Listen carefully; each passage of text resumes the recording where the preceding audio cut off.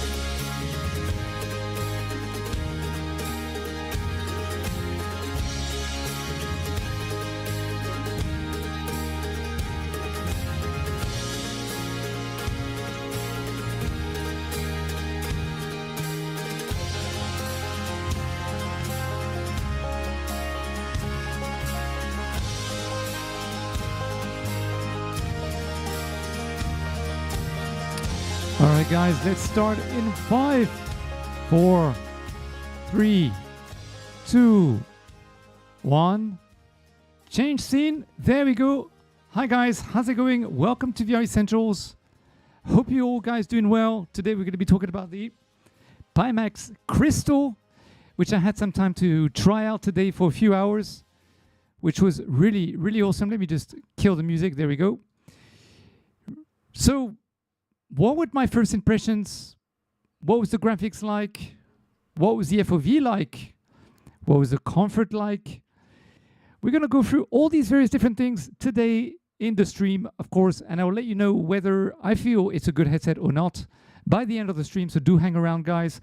Do let me know all your questions. Let's just say hello to everybody first. And don't be shy, guys. Do let me know. Do say hello in the chat below.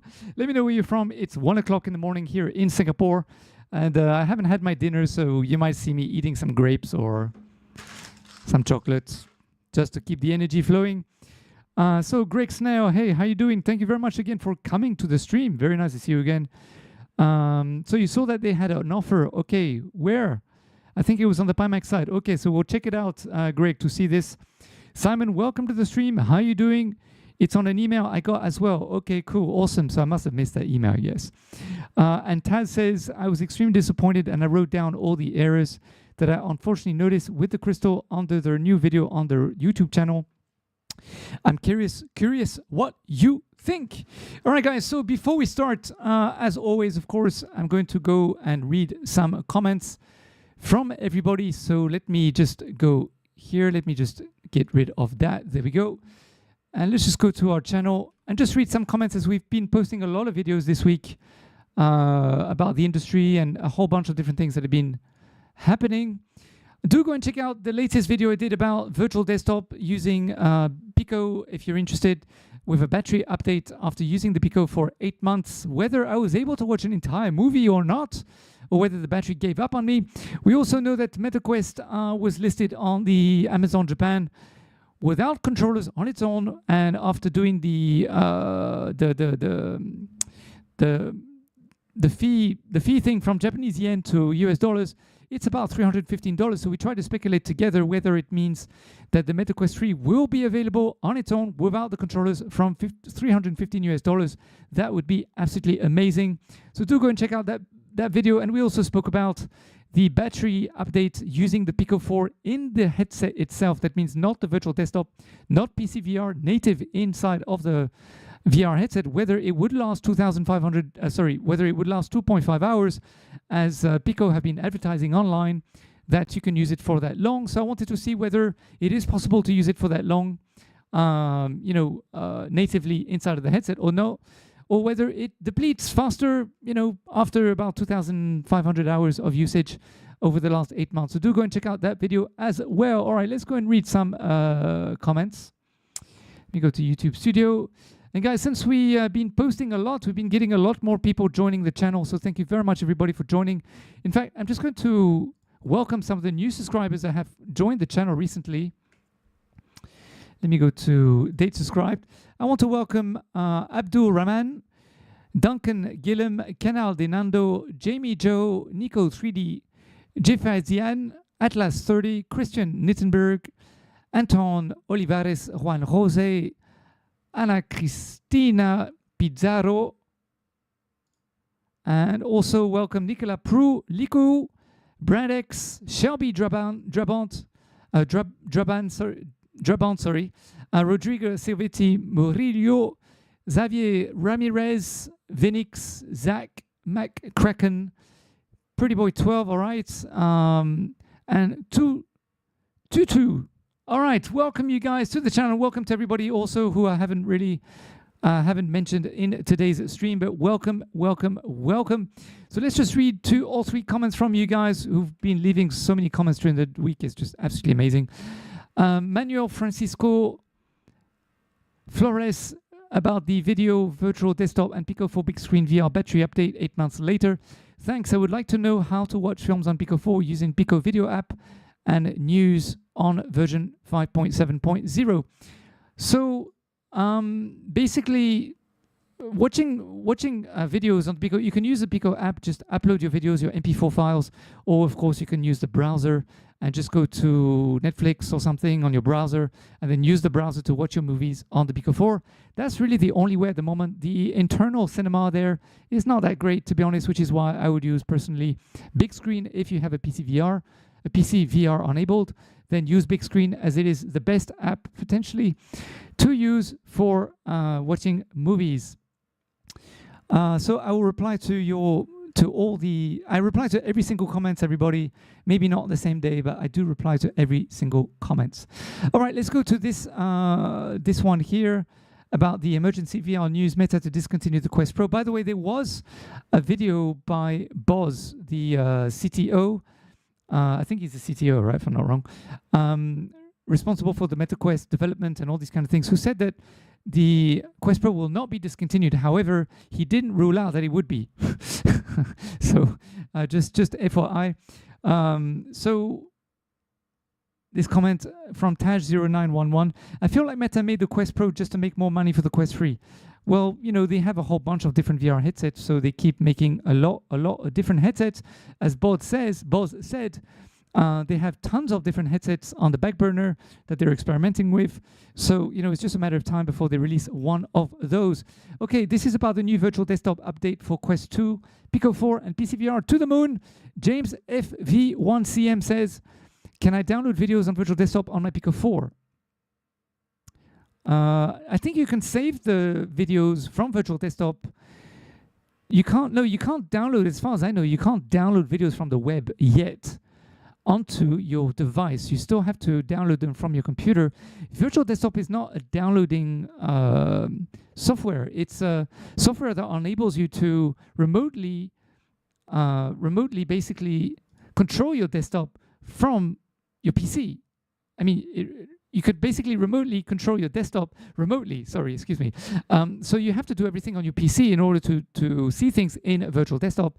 Virtual desktop enables you to play VR apps in VR from your PC, or it also enables you to play any game that is non-VR within a virtual reality environment, or also, of course, using your PC for whatever purpose you want in a virtual reality environment as well. So you can't download stuff from virtual desktop. You still have to download it from your PC. So I hope that that basically answers your question, or anyone else who had a similar question. So I will go through all the other various different comments, guys. Thank you so much for all your comments. There's so many different comments. It's just incredible. And I will reply to them one by one during the weekend. All right, guys, so let's talk a little bit more about the Pimax today, the Pimax Crystal more specifically, as I had some of the team. I had one of their team guys come down here to my studio to give me a demo of the headset, so I was able to use it for 3 to 4 hours around there.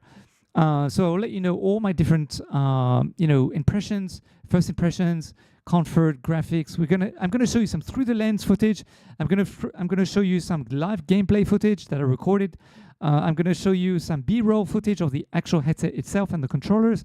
I'm going to give you all the lowdown about this headset in terms of what it was like for me. Now, do remember, I've spent more than 8,000 hours in VR. I have these VR headsets at the moment, the DPVR E4, this one here. So this is the DPVR E4.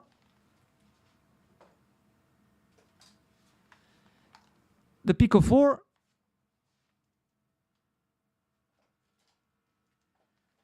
And the HP Reverb G2.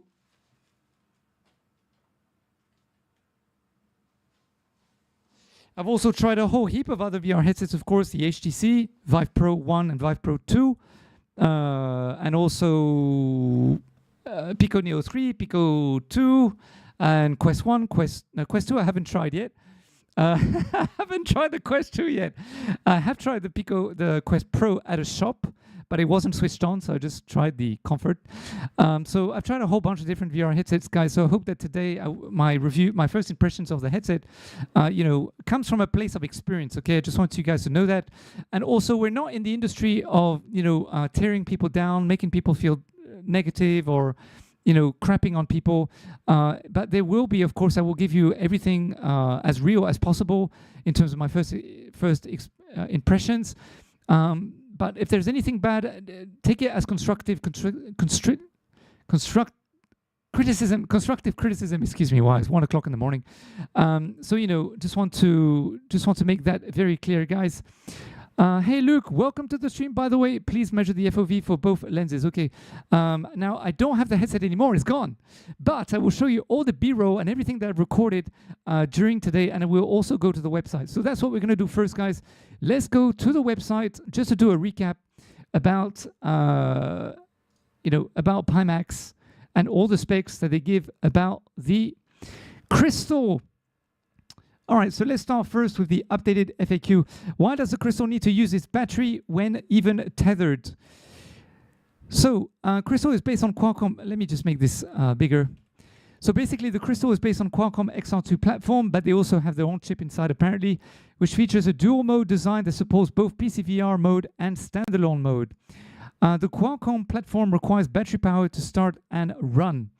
In addition, the wired PCVR mode users can unplug the DP cable and use the independent VR mode for wireless and streamed experiences, giving users a different sense of freedom and flexibility.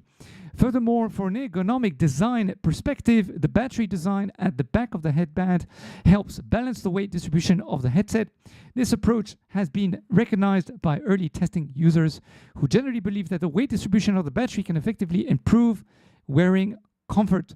So let's talk about the comfort very quickly. So let me show you. Let me show you the B-roll, guys. There we go. All right. So this is where I put the VR headset on for the very first time. Let me just make it bigger. Let me see if I can make it bigger. It's already in full. Okay, let me check the stream. So this is... Actually, is this where I was wearing? No, this is not where I was wearing the... Okay, let me go to the first try. There we go. Here's the first try. All right. So when I first tried the VR headset, I actually tried it without a cap, without anything, just completely natively. And okay, and here's me putting the headset on.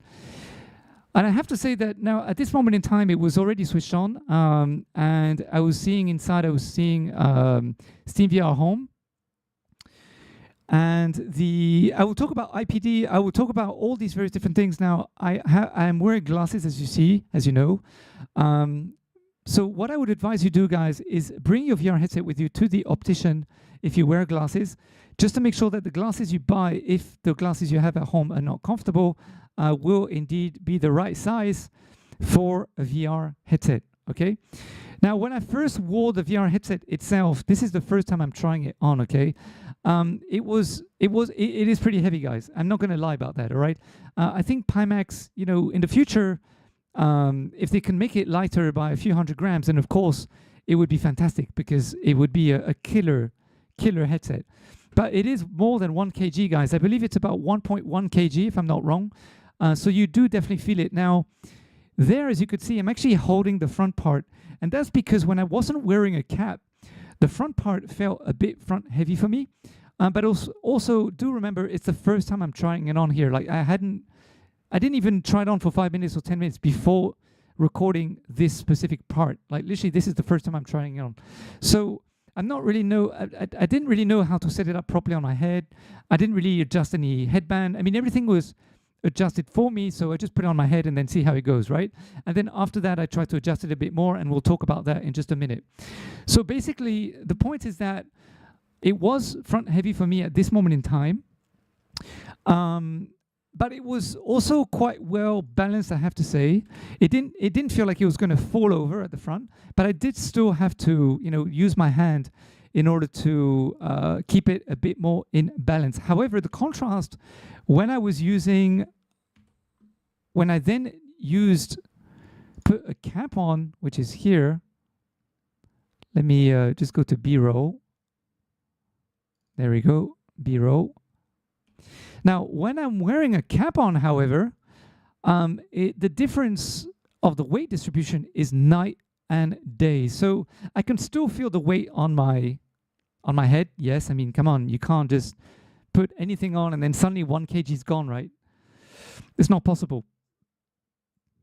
Now, Ryan, who was the guy from Pimax who came to my studio, told me that he uses his Pimax for about 4 hours a day, pretty much every day, and he's in VR chat, which basically means he's not moving a lot. Now, I will talk about the comfort in different games because I will show you some gameplay that I did using 2 different games, which are quite different to one another. The first one is Half-Life Alyx, and the other game that I used is Automobilista 2.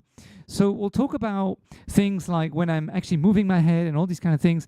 Now, when you're in VR chat, normally speaking, you don't really move your head that much, to be honest with you, unless you're maybe doing you're in some kind of world where things are moving a lot. But generally speaking, in VR chat, you don't really move your head a lot. You're just talking to people, you're sitting down, or maybe you're walking around or something like that. But the difference in terms of comfort when I was wearing a cap was night and day. So if you're gonna purchase the Pimax, I would say that if you're gonna wear it for the very first time with nothing on your head or something, you might feel that you need to find a way to make it more comfortable. So I would definitely advise to try to maybe put a little hat on or a cap on or something and just see the difference. Just see whether you feel it will really make a difference, because to me, it was night and day. In fact, when I was wearing the DPVR E4, it was exactly the same thing. I cannot wear this headset.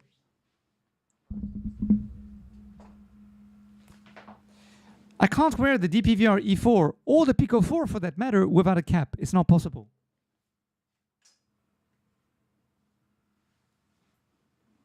So I don't know if it's just the way my head is built. Maybe I'm an alien. I got no idea. I mean, I got this bump at the back of my head. Maybe I don't know what happened. Maybe I'm not from Earth, guys. I don't know. But I'm just saying that at the end of the day, I needed to wear a cap. But when I did that, the comfort was absolutely night and day. So you will definitely feel the weight, but it was really good. I have to say that with a cap on, it was pretty good, but pretty heavy. So I don't know how many hours I would be able to wear the headset without itself, because it is pretty heavy. And also I will talk about movement of the head and all these kind of different things in the different games that I tried when we reach that specific part of the video. And guys, if you do have any questions in the meantime, do leave them in the chat below. Don't be afraid to put your questions. I have my phone here so I can read and chat with you guys directly. All right, let's go to C. So what's the battery life? Now, what is really good about the battery, guys, is let me go to the video to show you exactly what's in the box. Okay, let me go back here. The battery life. Let's talk about the battery life a little bit. Let me go here. There we go. Let me take this. As you could see, I was going to start editing a video, but I decided to do a live video today. Let me go to B-roll again. Okay, here we go. Hardware. All right, there we go. So these are the cables. Now, the reason why I'm showing this to you is because basically there's 2 different things you can do. Either you can choose to put the battery at the back of the VR headset, and then let it run. It will run normally for about 3 hours. Or what you can do in this box that you can see here, you can actually plug an adapter to put inside the box so that the batteries at the back keep running for a good 6 hours, basically. So, and it did last. So when he came here, he forgot to plug in the cable. So the cable was running for a good 1 hour or 1.5 hours or something. And I didn't have any issues whatsoever. The graphics were running pretty well. Everything was running smoothly. And then when he plugged in the actual adapter for the battery to continue going, it didn't actually increase the gameplay, like in terms of graphics or in terms of anything like that. Because sometimes if you put more juice in something, it will help the hardware to perform better. But in this case, it doesn't do that. It just means that the battery will be extended by whatever amount of hours. However, what was interesting is that when you plug in the adapter in the battery socket, it will still deplete the battery. So the battery will still be depleted. It's just that it will last for 6 hours instead of lasting for 3 hours, okay? So just imagine that, 1% gets taken out every minute. Well, when you plug in the adapter, only 0.5% of the battery will be depleted every minute. So it will last 1% for every 2 minutes. I'm just giving you an example. I'm not saying that that's what happens. It's not running for 1% per minute. I'm just giving you an example. So it does run faster when the battery adapter is plugged into the socket, but the battery will still deplete. And that is exactly the same thing with the Pico 4, guys, by the way. If you try to use the Pico 4 and plug it into your PC with the cable, the battery will still get depleted no matter what. So your Pico 4 is not going to last that many hours. In fact, your Pico 4 maybe it will last 3 hours if you're lucky, if you're not running something too harsh. So, I think in terms of PC VR, we're pretty lucky because, with PC VR, then obviously, things last much, much longer. Now, the other thing that I would like to talk about to you guys in terms of PC VR and using cables is that cable, I can't remember the cable that, what's the cable, guys, that they use? Pimax Crystal. I forgot the name of the actual cable they use. Cable type. It's a special cable. I forgot the name of the cable. I recorded it, so when my video comes out, I will let you guys know. But basically, the cable is a special cable that's a bit different to other cables that are used for other VR headsets like DPVR or also the HP Reverb G2 cable is a bit different. So this cable is actually really, really, really, really light. It's a very, very tether-like cable. So even when you're using the tethered experience with your PC, you're not going to notice the cable whatsoever. Like, it's so light. The comparison between that cable and the cable with the DPVR cable is quite noticeable because or even the G2, because when I have the G2 on or the DPVR E4 on, I can feel the cable. It's there. I can feel it. No matter how comfortable I try to rig it, I feel the cable. But when I'm using the cable with the Pimax Crystal, I don't feel the cable. It's so light. It's so flexible. It's not hard cable. It's pretty flexible. It's very light. So I have to say that my experience in using PC VR with that specific cable that the Pimax came with was really, really good. And apparently the cable is about 6 meters long or 8 meters or something. Let me just get the specs of the actual cable. But the cable is supposed to be longer. So Pimax Crystal cable length. I think it's about 6 minutes if I'm not wrong. 6 meters, excuse me, not 6 minutes. It says here that it's 4.5 meters. Anyway, it's a few meters long, so there's more than enough to play around with the actual cable itself. Okay, let me go back to the website now. So we'll talk about the graphics a little bit later. Incredible clarity, the highest pixel per degree of any consumer headset with 35 ppd. So the normal is around 18. Okay, it dives quite technically. So if you are someone who's quite technical, that's great. But I think a lot of us aren't that technical, but a lot of us are that technical. So sorry if you're someone who's not that technical, but for us who are, it's good to know all these kind of different specs. It's QLED plus mini LED panels for life-like graphics. So if we compare the graphics between the Pimax Crystal and the other VR headsets, as you can see here, they basically give you a table. So compared to the Visual Aero, which is supposed to be, you know, the most clear VR headset in the industry today, although let's be very clear that the Visual Aero, even though they do have a consumer headset, is not really targeting consumers. Okay, Visual Aero is targeting more the enterprise market. I would say 90%, 95% of their headsets, or 99.9% of their headsets, are not for consumers. It's for enterprise. Visual Aero headsets are used, by the way, to train astronauts, NASA astronauts, to go to space. So their headsets are pretty out there, I have to say, and they work with a lot of different car brands and all this kind of stuff. In terms of mixed reality, Visual Aero are pretty at the top.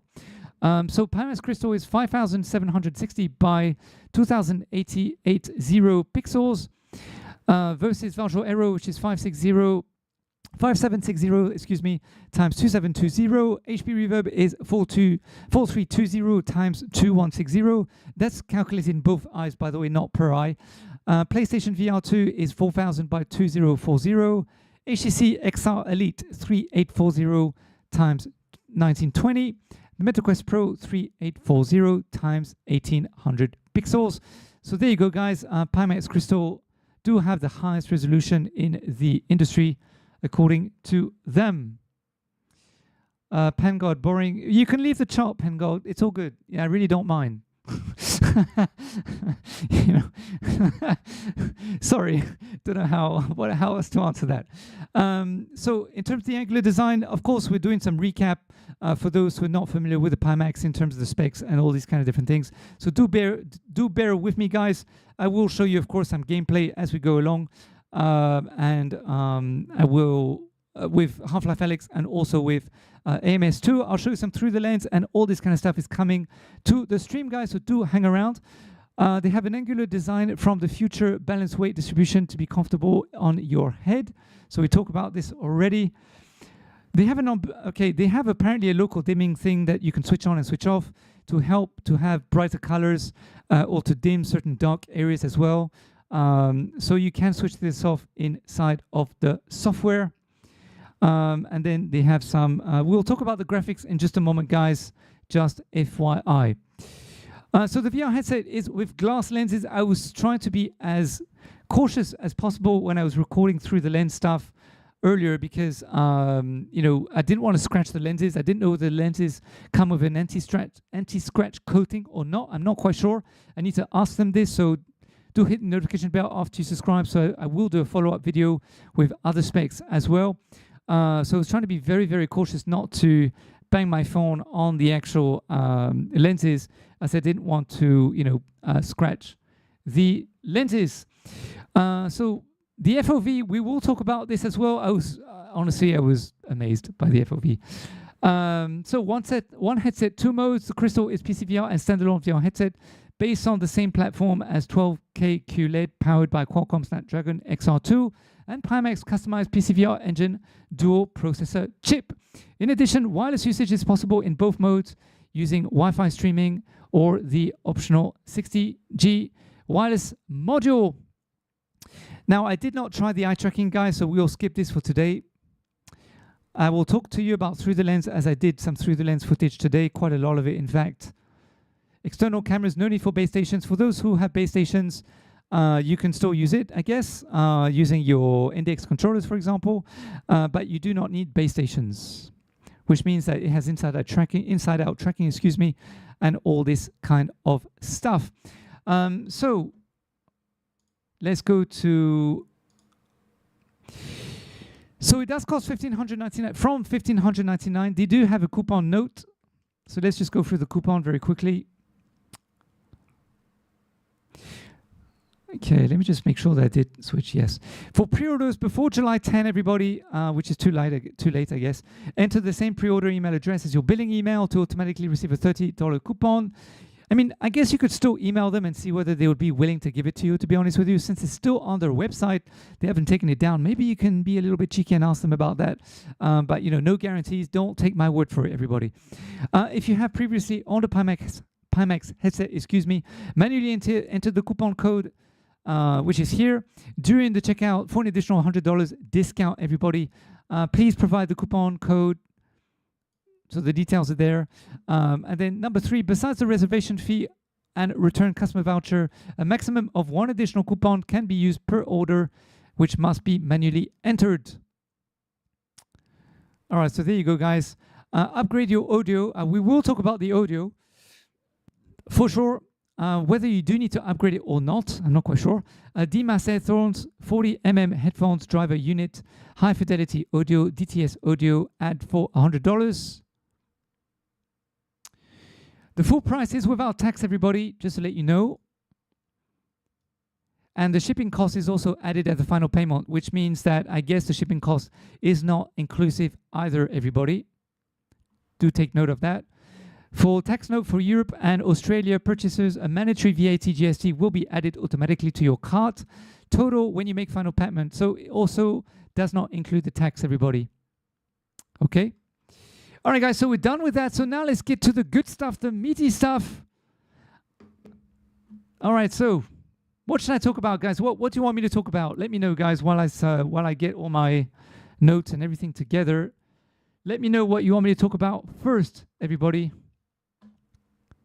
FOV, graphics, weight, although the weight we spoke about already. The cable says here that you can purchase one for $69 US, 4.5 meters cable.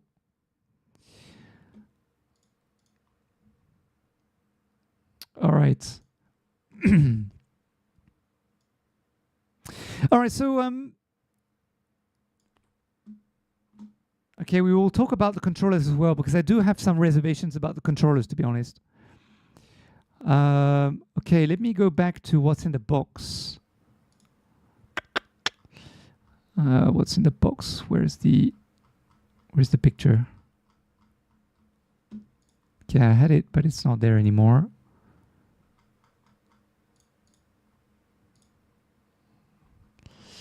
Okay, never mind. Can't seem to find it.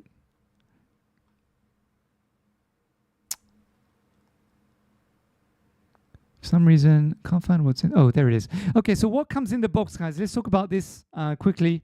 How the graphics. All right, Chris, we'll talk about that. And welcome to the stream, Chris. And welcome also to Globewish Learn. I like to watch your content. I also... Sorry, let me just get rid of this. I like to watch your content. I'm also creating VR mixed reality content to use on VR app, which name is Globewish, Learn VR app. Oh, cool, awesome. Well, let us know when your app is ready. Do send us an email at vressentials@yahoo.com. Thank you very much, and thank you for coming to the stream. How's the graphics, Chris? So we will talk about that in just a minute. No issue about that. Let's just let you guys know what comes in the box. So everything in the box includes, of course, the crystal itself, no doubt. The controllers do come in the box as well. The DP cable does come in the DisplayPort cable comes in the box as well. There's a Type-C cable ×2 as well. Charging dock ×1, battery ×2, which basically means you can charge the batteries as you're playing to get a longer PCVR experience. Additional set of replaceable lenses as well. That's pretty cool. Screwdriver plus screw ×1 plus lens cloth. Okay. You also get quick guide card plus after sale service card. So that's good. So if you have any issues, you can go to them. You also get a power connection hub kit. And I'm not quite sure what those two things are, to be honest with you. So seems that you... Oh, sorry, that's part of the hub kit. Okay, got it. So these two cables are part of the power hub kit. Okay, guys. So do go and check out the website if you want more information about all this kind of stuff. And then also, just in case you guys have specific questions, that I may not be able to answer, then, I also open their FAQ just in case. So yeah. Okay, let me go here. So guys, I also wish to thank, of course, I wish to thank Pimax for coming to the studio and for providing us the demo set. Now, the set that I use today, by the way, is as close to the last one that you would receive if you purchased the headset, just to let you know. So it's not the one you would receive, but apparently I've been told that it's pretty much the one you would receive. So it's 5 or 10% of the way there, okay? Just so you guys know. So how the graphic, now we will talk about build quality, we will talk about graphics, we will talk about gameplay, weight, and all these kind of different things. So Chris wants to know about the graphics. All right, let's do this. So let me open my my thing here. Let me go to B-roll. Okay, let me go to gameplay. All right, let's go to through the lens graphics first. All right, let's get to graphics. All right, so I hope you guys can see okay, because unfortunately, let me see if I can open it from the headset itself. Sorry, from my computer. See whether you get a bigger. Let me see if I can make it sequence.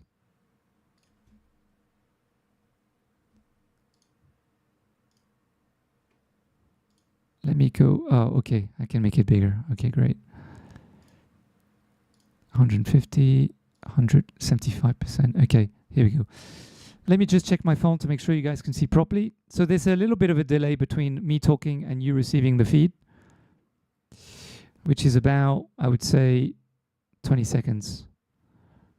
I'm just checking the phone first just to make sure that you guys can see properly. Let me get rid of me so you can see even better.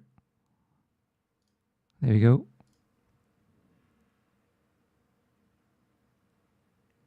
All right, it seems that you can see all right. Okay, so this is some through the lens footage, guys, using my iPhone. Now I had to position my iPhone vertically because unfortunately horizontally it wasn't picking up I don't know, for some reason it just wasn't working. So the first thing I wanted to talk about is the edges of the actual VR headset. Now, the technology that these guys are using is a different technology. You know, it's not Fresnel and it's not pancake lenses. I will give you the exact name and all this kind of stuff a bit later on. But what I wanted to talk about first is the fact that there actually isn't, even though you can see a little bit of, edges, because the position of the phone here, okay, is positioned a bit further away from the lens. So, of course, it looks as if, there are some issues on the edges of the lenses. But look at this when I go closer towards the actual lens itself. As you can see, as I go closer and closer inside of the actual lenses, the blurriness around the lens actually goes away. So to be honest with you, there really isn't that much blurriness whatsoever around the lens. So that is, first of all, really, really good news, guys. I'm just really happy that we're finally coming to a point in VR where blurriness around the lenses and these tiny little sweet spots are disappearing, guys.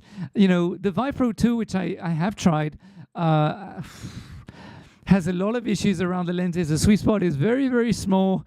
The HP Reverb G2, a lot of people have been complaining about that, but personally for me with the G2, I have no issue whatsoever. But, it is true that the sweet spot on the G2 and also the Vive Pro 2 is quite small. So unless you're really able to get it to fit it on your head in a specific way, it's going to be quite blurry around the edges. So I'm really happy to report, guys, that finally with Pancake lenses, finally with the DPVR Evo Fresnel lenses technology, which they've done an amazing job, and also with the Pimax Crystal, finally we're at an age, guys, where there's finally no blurring around the edges. I'm really happy to report that. So this is really, really awesome stuff, guys. The fact that there is no blurriness around the edges. You guys can rest easy. You can be rest assured that it's all good. It's all good in that respect. That's Ryan, by the way. I'm not allowed. He doesn't want me to show him on camera. He's a bit camera shy. And so I wasn't trying to record him, so this is pretty much all I got from him. And thank you, Ryan, also for helping me to actually film and stuff. Sorry, none of this footage is edited, okay? It's all raw files, which I was planning to do a video about. So let me show you here. I mean, look at this clarity, guys. Look at the shadows. Can you see the shadows?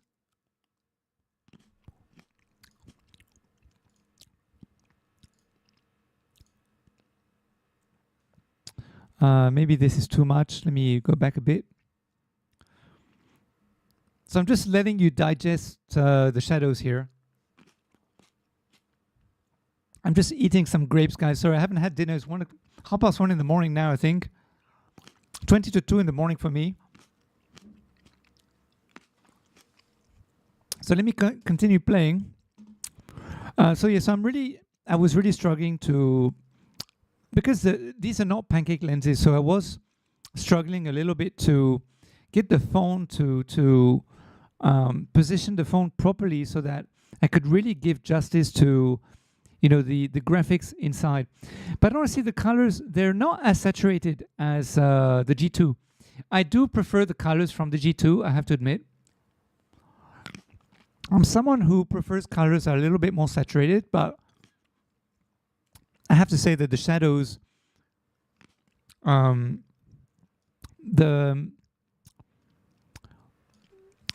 shadows,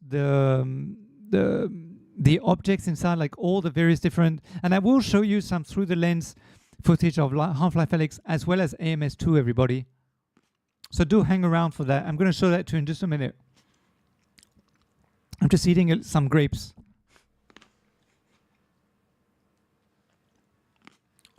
So I think here I zoomed in, if I'm not wrong. Now, guys, just to let you know that you are supposed to you are supposed to use a 3000 series card. Now we're using an RTX 2070, by the way, not a TI or whatever, just a normal RTX 2070 with an i7-9700K. My PC is 4 years old, everybody. 4 years old, all right? It was the bee's knees 4 years ago, and today it's no longer the bee's knees, all right?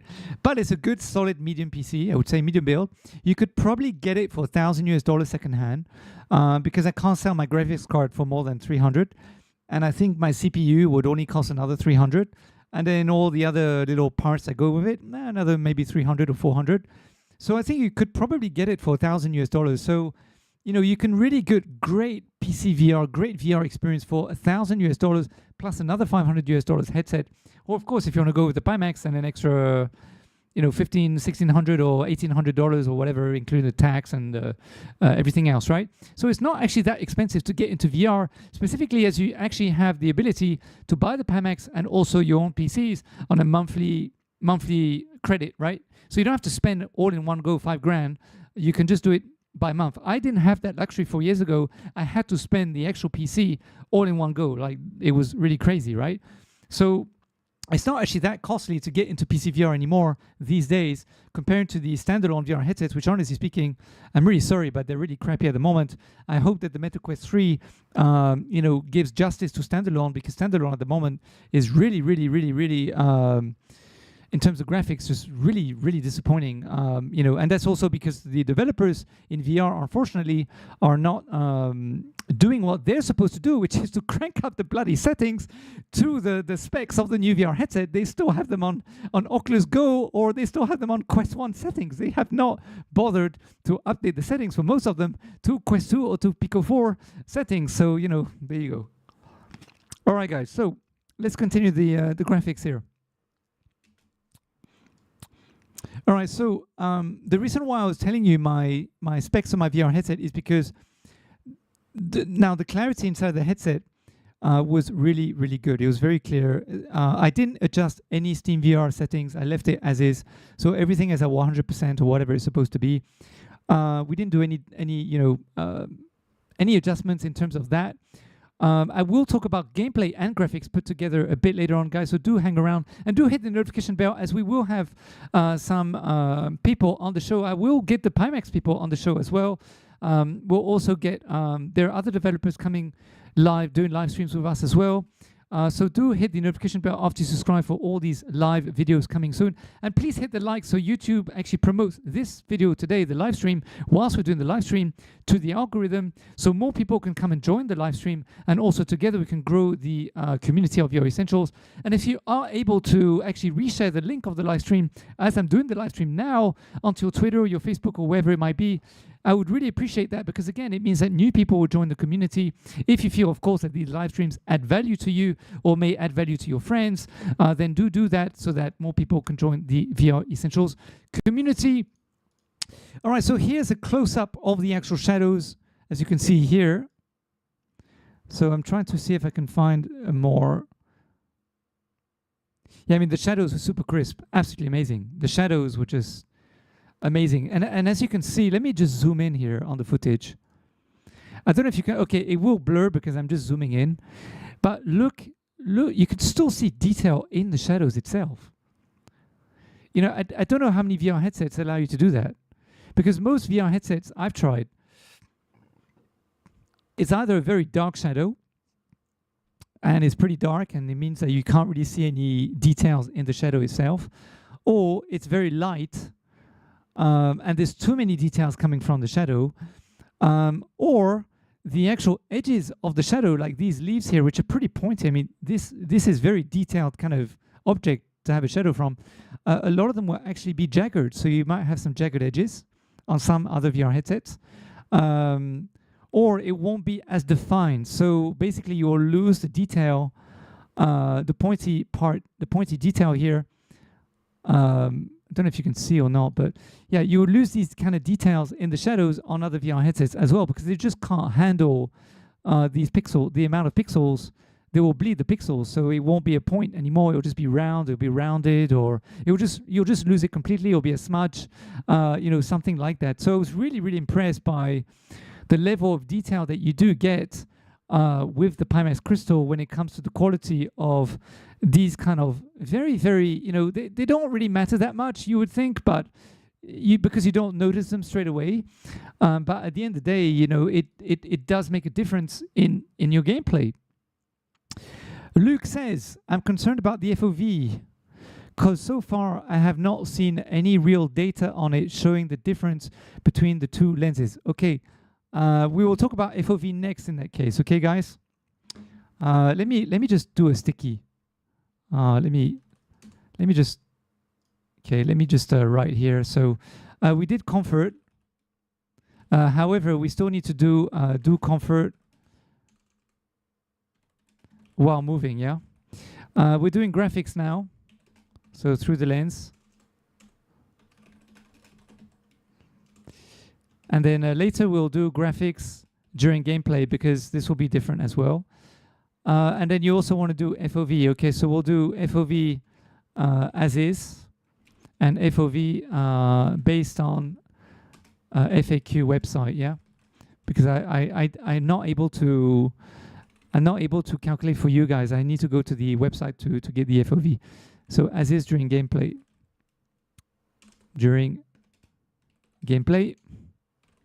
We're also going to talk about the weight.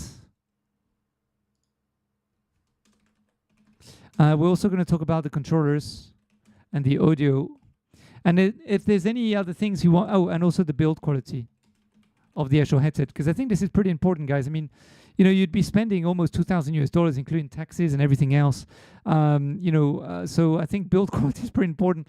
You know, if you have something that arrives and you're like, oh no, it feels crap, you wouldn't be very happy about that, right? So I think that will be something that's pretty important to talk about. And if there's anything else that I've missed out, guys, we could talk about latency as well.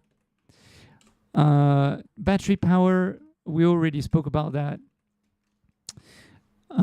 But yeah, and also we can talk about my thoughts using the NVIDIA RTX 2070. As I mentioned before, it's a medium build now. You can buy it for $1,000. You know, you don't need to spend, honestly speaking, thousands and thousands of dollars in order to get a good PC VR experience. All right, that's my personal thought. I'm honestly very happy with my RTX 2070. I do not need to upgrade at this moment in time. I will probably upgrade maybe in a year or two from now. But I'm very, very happy with my RTX 2070 and i7-9700 Okay. Okay. I know simmers love this HMD, but for me, controllers tracking is a deal breaker. Any thoughts? Oh, okay, of course. We also need to talk about the tracking. Yes, there were some issues with some of the tracking at some point, but I will talk about this later. Oh, and also the other thing I need to talk about is, okay, this is part of the graphics. Okay, all right. All right, so let me go back to, let's talk about graphics more. So we talked about the shadows. So I was very, very amazed about the shadows. Now, I don't know if you just saw this just now. Okay. So yeah, so the detail inside the shadows was also something that to me was really, really amazing. I really love the fact that the shadows are very crisp, very clear. You know, and honestly speaking, the other thing I can tell you is that there's pretty much no screen door effect, none. Only maybe I saw it once here and there, maybe once. Maybe it's because my headset wasn't positioned correctly, but generally speaking, I don't see any screen door effect. I think compare, and as I mentioned, do hit the notification bell after you subscribe, as I will put side by side with my HP Reverb G2 and the through the lens footage that I took here from the Pimax Crystal. There's more screen door effect, even though you don't really notice it in the G2 than in the Pimax Crystal. So the G2 still has some screen door effect here and there, I have to say, I have to admit. Even though we all said, oh, there's no screen door effect. That's because we were blown away, everybody. But the fact is there is some screen door effect in the G2, and there is also some screen door effect inside of the DP-VR4, and there is more screen door effect in the Pico 4. So, you know, the Pimax, when it comes to screen door effect, really, really does an amazing job. I have to say the clarity, I will let you know whether I feel the clarity is mind-boggling or not a bit later on. At the moment, I don't want to give you my thoughts. I'm really trying to give you what I see based on the footage that I really recorded, so that later on I can give you my thoughts about all these kind of different things. All right, let me keep playing. Okay. All right, and I'll talk about the negative aspect of the actual graphics, because there are some things to talk about in the graphics as well which weren't perfect a bit later on as well. But look, this looks beautiful, right? This looks really, really beautiful. So let me show you some through the lens footage now using Half-Life Alyx, everybody. And I will show you some through the lens with AMS2 as well. Okay, so I'm putting Half-Life Alyx 2 on right now. So I think everybody can recognize this scene.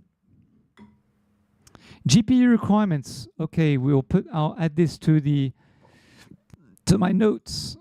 GPU requirements. FAQ website. We'll go to the FAQ for that. But guys, as I mentioned before, I'm using an RTX 2070 today with an i7 9700K, not a 99, i7 9700K, a Hero Maximus 11 motherboard, not the wireless one, and some NVMe SSD. Yeah, I mean, it's a medium build PC. It's a good, solid medium build PC. I'm not using an RTX 3000 series or an i9 or all these super duped up PCs.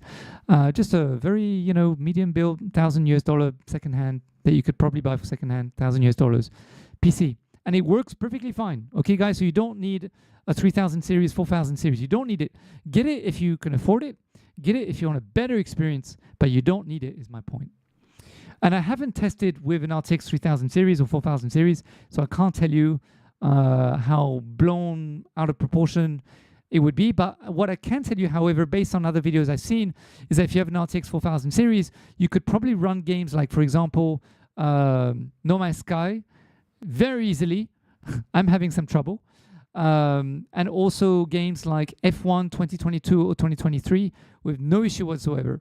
With an RTX 2070, you're going to have a lot of problems, most probably not even be able to run it, to be honest with you.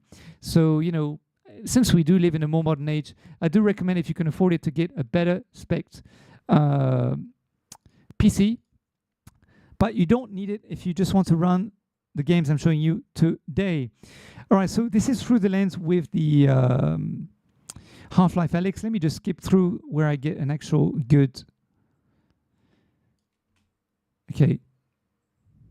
Now, you can maybe see some compression here. That is not due to the Pimax. I need to be very, very clear with you. This is actually due to the phone. So there's no compression inside of the Pimax. There's no changes in lighting condition or pixels you can see or glares or flares that you can see. Oh, this is something else I can talk about. Talk about lens flare. We'll talk about that as well.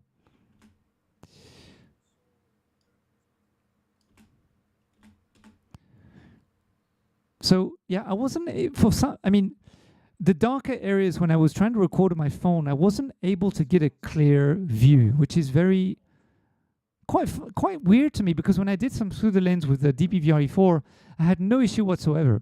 I was able to get complete clear through the lens footage. But when I'm doing, I think it's just because the way the lenses are built, it just wasn't allowing me to give you some footage when it was in darker areas that were clear. I just wasn't able to get it. But I can tell you right now that in non-bright areas like here, there was no issue whatsoever, none. Let me try to see if I can. You can see here that it's quite clear, right? So from here onward, so if I go here, you see I can't get a clear picture. I just can't. But when I was here, when there's bright areas, then I'm able to record with no issue whatsoever. The light is able to go to the camera lens and record without any issues. So if there's a little bit of blurriness here and there, it's most probably due to the actual camera lens. But as you can tell, I mean, this is frigging clear. You know, this is pretty clear, everybody, as you can tell here on the actual through the lens footage. And also, this is where I was trying to tell you the colors are not as saturated as on the G2. I'm just going to open some chocolate, everybody. Sorry about that. Need some energy. So the colors are less saturated in the Pimax compared to G2. But it's still very comfortable. They're saturated enough, of course, so you can see things, right?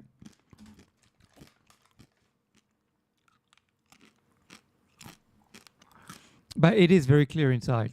I mean, it was quite clear inside. Okay, I have more footage. Oh, maybe I didn't render it. I took a lot of different footage of Half-Life Alyx, but I think I forgot to render it, so never mind. I have to put the rest of the graphics of Half-Life Alyx in a separate video, because I have to unfortunately do a lot of file transfers and conversions for them to work, because I'm using an iPhone and here I'm using a PC to show you. So I have to do a lot of conversion of the files, and I think I forgot to do that, so never mind. Okay, let me show you some through the lens of AMS2, everybody. Okay, there we go. I'm putting the headset on now. Again, I had to do vertical filming. I can't do horizontal for some reason. So here's some footage of AMS2. And we're going to talk about, when we talk about gameplay of the AMS2, oh man, I got to talk about this. Because it's really changed my my VR Sims experience.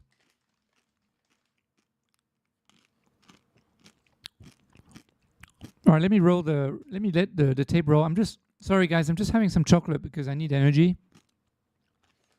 It's 2 o'clock in the morning here. Let me just pause it here. But as you can, the graphics settings in AMS2 are set to maximum, just so you know. And with my RTX 2070, I have no issue whatsoever. So if you have an RTX 380 or 390 or whatever it might be, you're going to be all good. Providing your CPU is also good enough. So yeah, I mean, look at the graphics here, guys. I mean, let me zoom in. Okay, let me zoom in and get out of here. Okay, let me just show you. Let me go into position. Sequence.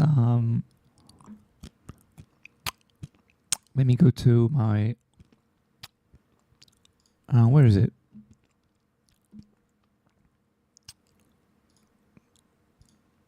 Okay, let me go here.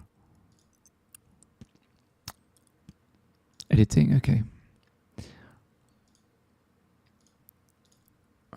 Sorry, guys. I'm just trying to find the button to show you.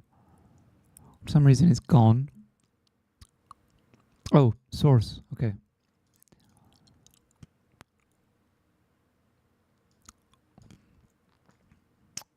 Why isn't it showing my... That's weird.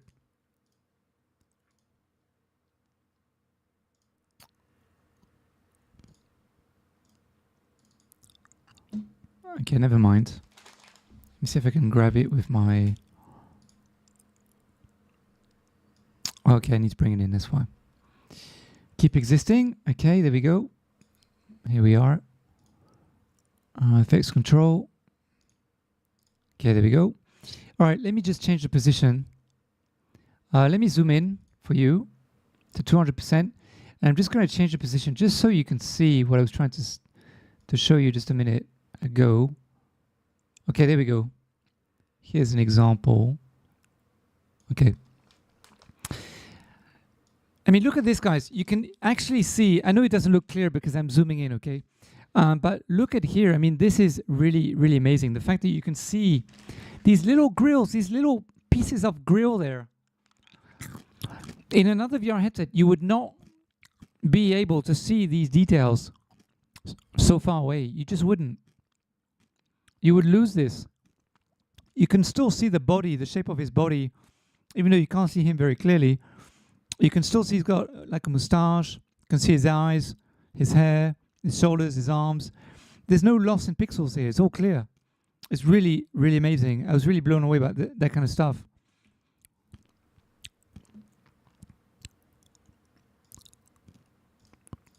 Okay, let me go back here.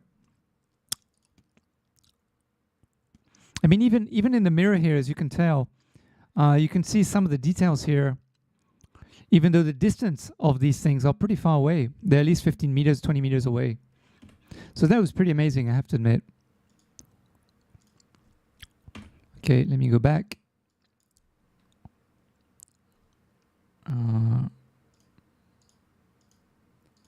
Full. Okay, why am I... Fit. Okay, there we go.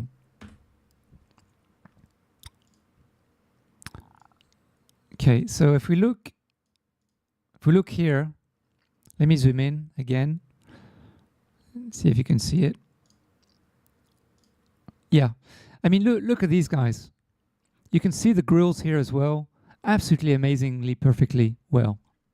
So if you're someone who's doing, you know, who likes to do sims, this is a really good benchmark in terms of graphics. I mean, it is absolutely amazing. And as I said, I'm using an RTX 2070. So if you have an RTX, a better graphics card, better CPU than me, your experience is going to be even better. So let me just zoom in a bit more to show you. 200%. Yeah, you can see again the details here and up there. Where the seats are, you can see the details. It's absolutely mind-boggling. It was really awesome. Now, what I want to talk to you about in terms of graphics as well is there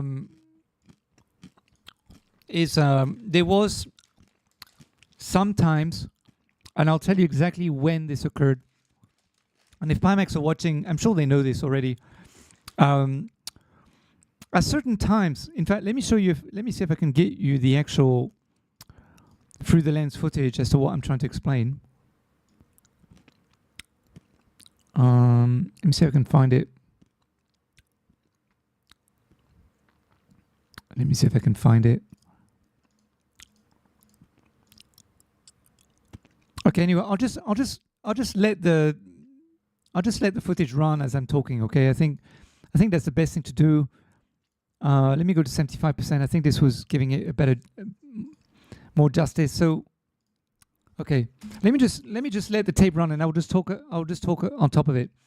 So, despite the graphics being absolutely amazing in terms of how real everything looked, and how detailed things were, and the fact that the pixels were able to pick up as much of the detail as possible. When I was bringing up the user interface, that means, like, for example, when I mean the UI, I mean things like, when you want to change the settings of the game, or you want to change the volume of the game, or the UI, the settings UI, right? For some reason, there was color bleeding, and I don't know why. So every time I brought out a new UI of the game, on both not Half-Life Alyx, but on AMS2, for some reason there was color bleeding around the UI. There was also some color bleeding here and there at times in some of the brighter parts, brighter areas. So it wasn't, now I need to make this very clear, it wasn't all the time, because 99.9% of the time there is no color bleeding whatsoever, like none, zero, zilch, nada, niet. But from time to time, now and then, especially when I'm bringing up the UI, the settings UI, there's color bleeding around the edges. Now, the other thing that I need to talk to you about is, I don't know if you can tell here, on the wing here, let me draw a box. Let me see if I can draw a box. Okay, let me go to the, here. Okay, so on the wing here, this part of the wing, and also this part of the wing here, of the car. And it doesn't only happen there, by the way. But I'll tell you why this is happening, okay? It's not the headset. And I'll compare different headsets. I'll tell you exactly what I'm talking about. I don't know if you can see, but basically there are some jagged edges here and there on the wing. Can you see it? Can you guys see it as I'm playing? Okay. Now, the jagged edges are not due to the VR headset. You need to know this. If you see a lot of flicker, a lot of jagged edges, okay, let me rephrase what I just said, because what I said was incorrect. VR headsets are supposed to process graphics in a way where you have minimal jagged edges as possible and minimal flickering as possible, okay? Now, with an RTX 2070, because it's a medium build headset and the headset is not built for an RTX 2070, I'm still getting some jagged edges, as you can probably see here on the wing. Okay, let me go here. Okay, you can see the jagged edges here on this area here by the wheel, near the wheel, near the wing and the wheel. Okay, you can see them a little bit of flicker in the reflections and also on the edges here. Now, I'm going to be very honest with you. This headset processes the graphics very well, and there are minimal jagged edges and minimal flickering in the game. Especially when I compare it to my DPVR E4. There's a reason why the DPVR E4, everybody, is less than $500 US. It's because it can't really process jagged edges and flickering all the graphics as well as the Pimax Crystal. It's that simple. And also, there are less jagged edges or flickering compared to the HP Reverb G2 as well. Okay? So it's doing a great job. Now, how can you get rid of these jagged edges and these things if the headset is not able to do it on its own? Well, you basically have to upgrade your computer. It's that simple. So the better your computer, the higher your CPU, the higher your GPU, then the less flickering and the less jagged edges you're gonna get. It's really, really that simple. Okay, so it is there. It's not super obvious, okay? But it is there nonetheless, just so you know. But if we go inside of the interior now, if we go inside of the car, okay, let me put it back to normal. I'll just let it roll for a little bit. I'm just going to have a bit of chocolate. Yeah, so that's right, Luke. So the refractions in the reflections were flickering. Sorry, the images in the reflections were flickering, yes. Now here I was trying to get a clear shot of the actual dashboard. I mean, look at this. This is pretty amazing. But you can see the flickering a little bit, right? I mean, this shot right here is pretty amazing, I have to say. It looks pretty surreal to me. The countdown clock there just looks so real. If it wasn't for, I don't know if you can see just next to it on the left hand side, on the wire here of the clock, the countdown clock, there's a little bit of flickering. If it wasn't for that, honestly, I would be like, wow, this is real.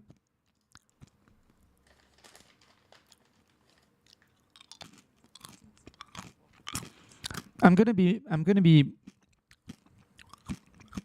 I mean, there's also a little bit of flickering on the actual orange thing here, but this is true of every VR headset, everybody. Okay. And also, if you're using an RTX, a more powerful computer than mine, these little things might go away. Just to let you know. But it really doesn't disturb me. But I'm just saying that if I didn't see these kind of things there, then it would just be lifelike to me.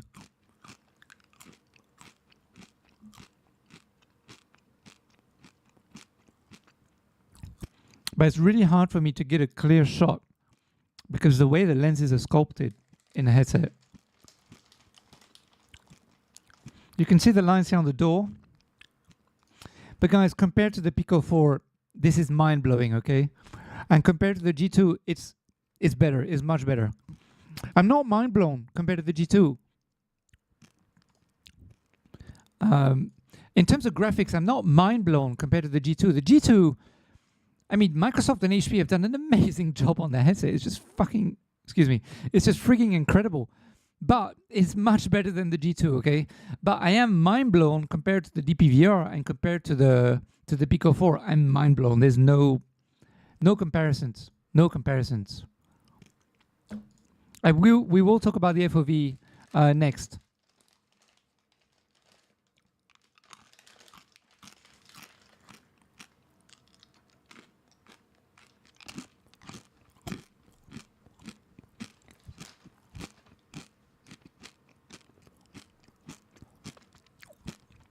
So as you can see, guys, there's no color bleeding. Oh yeah, and something happened during the game because the game was playing, but I was stopped, and unfortunately, the cars that came back, they did their loop, they hit me, and you're just gonna see this happening. Poof. Luckily, I wasn't in VR. But yeah, the cars, in terms of the other cars, there's no ghosting, just so you know. There's no ghosting for me. Everything was running smoothly.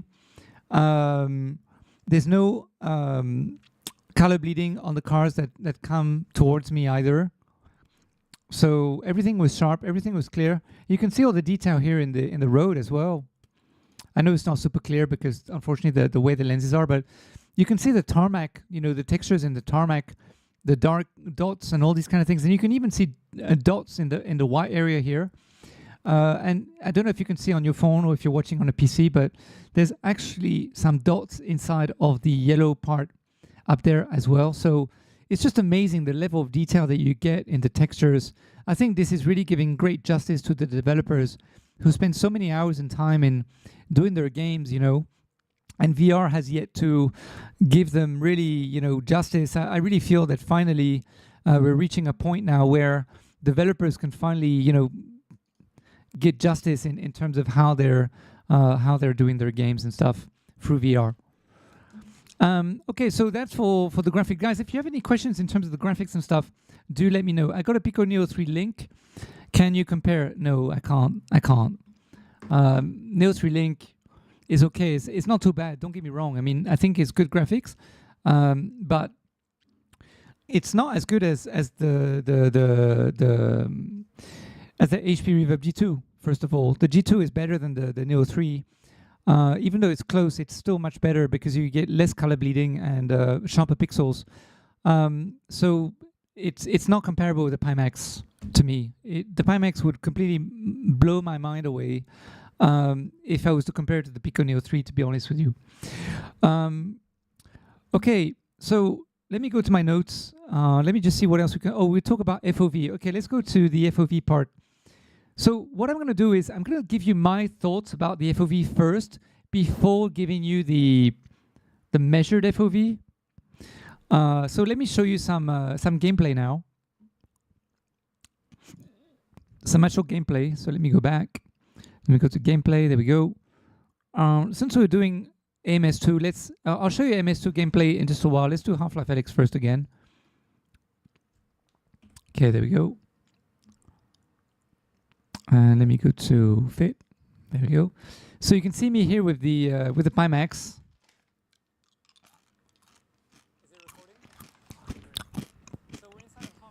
And let me try to.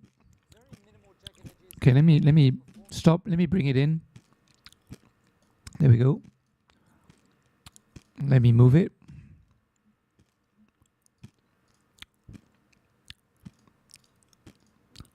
Where's my...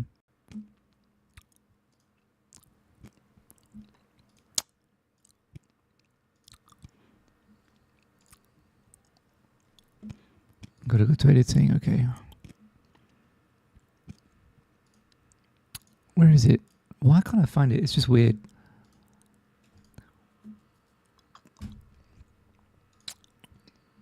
Oh, it's here, okay. Okay, so let me just go to position, just move the position. There we go. Let me just bring it down a bit. There we go. So it's better. So in terms of the FOV, it really blew my mind. Really, really blew my mind. Now, there's two things that occur in the game when you're using the Pimax in terms of FOV. Here is my impressions. Okay, let me just make sure I transferred. Yes, okay. So basically, what happened was that the FOV is very, very wide, super wide. It really makes you feel like, I wouldn't say it's like life, because obviously it's not 180 degrees or more than that. Some people can really see further than 180 degrees. But basically, the great thing was that no matter if I looked with my eyeball to the right or to the left, the lens didn't blur, so that was really good. The other thing was that I could really be aware of my surroundings in a much more complete way when I was playing compared to when I'm using the G2, for example, or the Pico or the DPVRE4. You're really much more aware of what's going on around you. And I think if you're playing games where there's a lot of people sniping at you, I mean, shooting at you if you're doing first-person shooters or car games or all these kind of different things where you really need to see what's around you or be aware of what's around you without necessarily looking at it, then, it was really, really amazing. FOV was just mind-boggling. Now, if I was to stop this, though, and I go to the other file, let me just access it. Let me go to MS, because this was absolutely amazing. Let me just go to 150. Okay, let me just bring it in. Let me go to effects.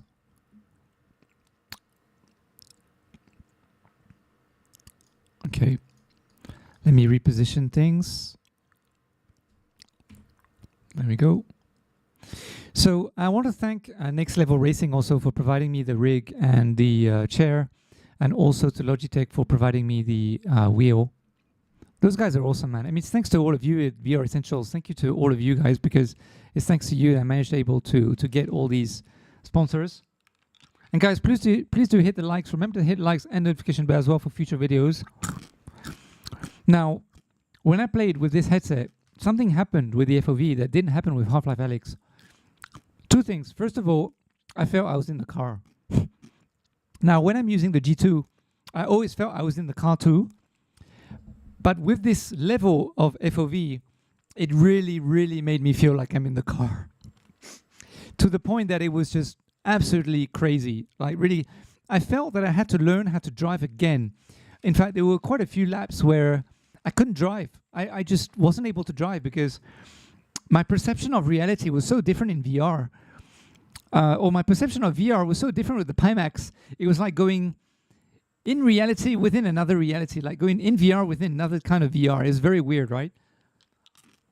And but then I got used to it, and I was able to drive, as you can see here. And it was just absolutely mind-boggling. You can see literally everything around you almost. I mean, it's just crazy. When you're overtaking, you can see the car you're overtaking to a certain point. And then, of course, you need to look on the side in order to, you know, see what you're doing or whatever.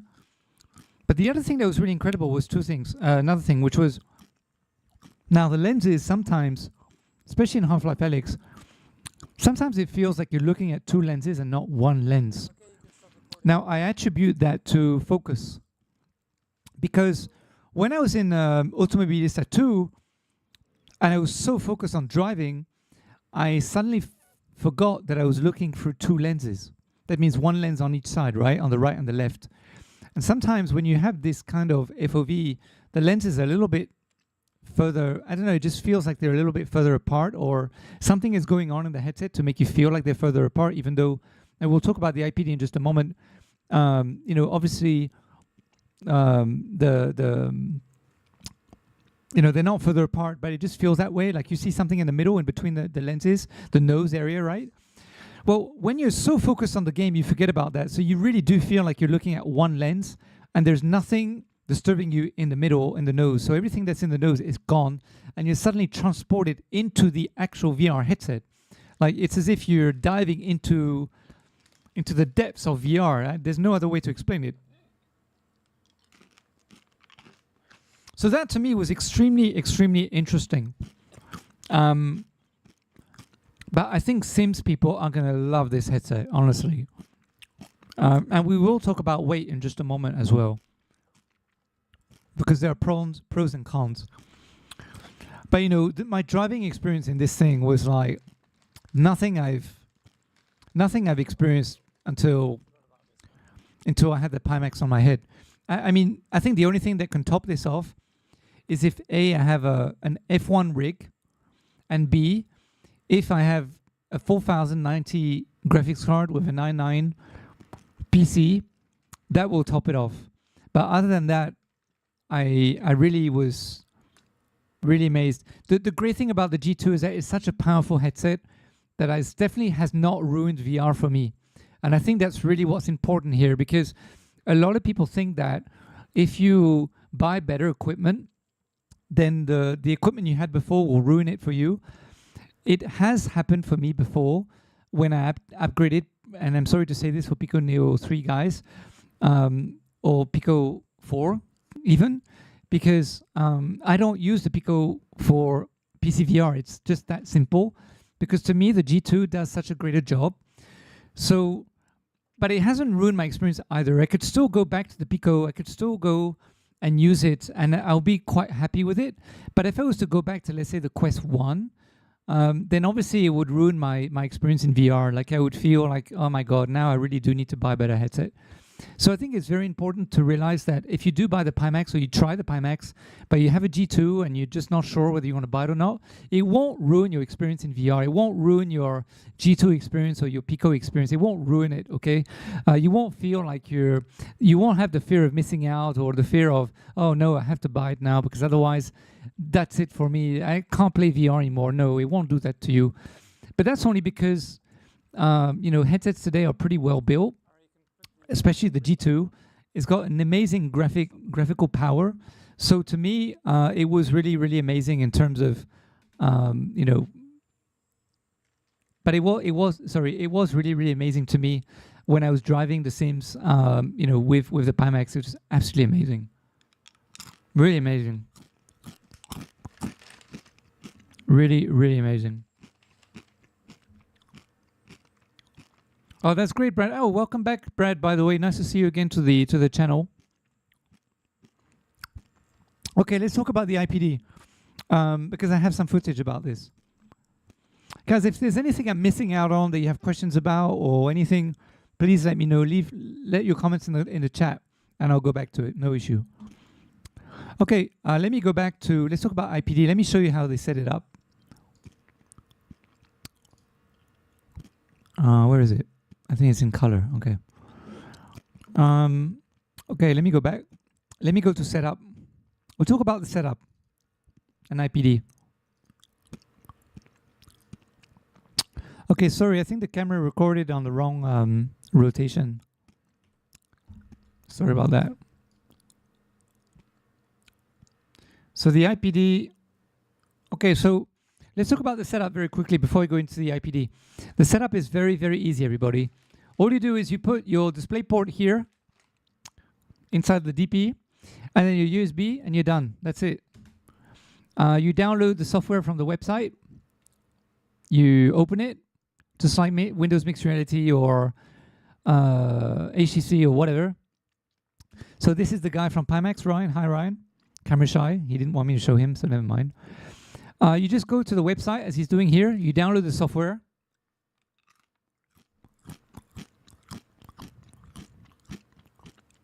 And then boom, you open the software and you're done. There's a whole bunch of things you can do in there. You can change some settings. I think he changed a couple of settings, but he didn't do much, to be honest with you. It was pretty straightforward. And there's a button inside that says Start Steam VR, and boom, you start Steam VR. So guys, do hang around as I will talk more about gameplay, comfort, and graphics, all mixed into one. I'm just going through the setup very quickly to show you the...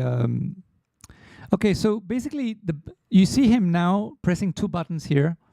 If you see where his fingers are, that's where you adjust the IPD. So he told me, what's your IPD? And I told him what my IPD was. And he just basically presses the buttons here. That's it. So it's actually a manual IPD adjuster. Or it's electronic... Sorry, it's an electronic manual IPD adjuster, which I think is fantastic because, I really miss the, on the DPVR4, you can't do that. You still have to go into the software, click on something, Pico 4, same thing. You have to go into the software, click something. I personally am not a big fan of that because it ruins that. I have to stop my gameplay in order to adjust stuff. I'm someone who prefers to, boom, go into the headset, adjust it here, or, go on the Pimax and just click the buttons. I think that is really, really good, to be able to do that. That's really, really good. I think IPD, if I'm not wrong, you can go all the way to 54. Let me double check. I'm not saying crappy things. Pimax Crystal, IPD range. Okay, 58.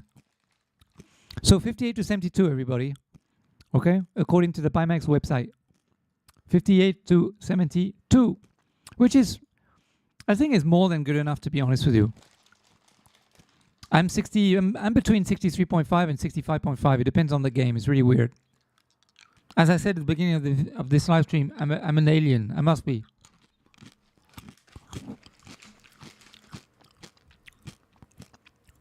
Okay, and then to remove the gasket, by the way, it's a mixture of magnetic and click and clack. But you can remove the You can remove the soft part really, really easily. It just sticks off. So you can watch those separately really, really easily, which I think is really awesome. So he put a new one for me. And the one he put, I don't know if you can notice, but let me just pause. It's larger here. You see this, the padding here, the foam padding on my forehead is larger.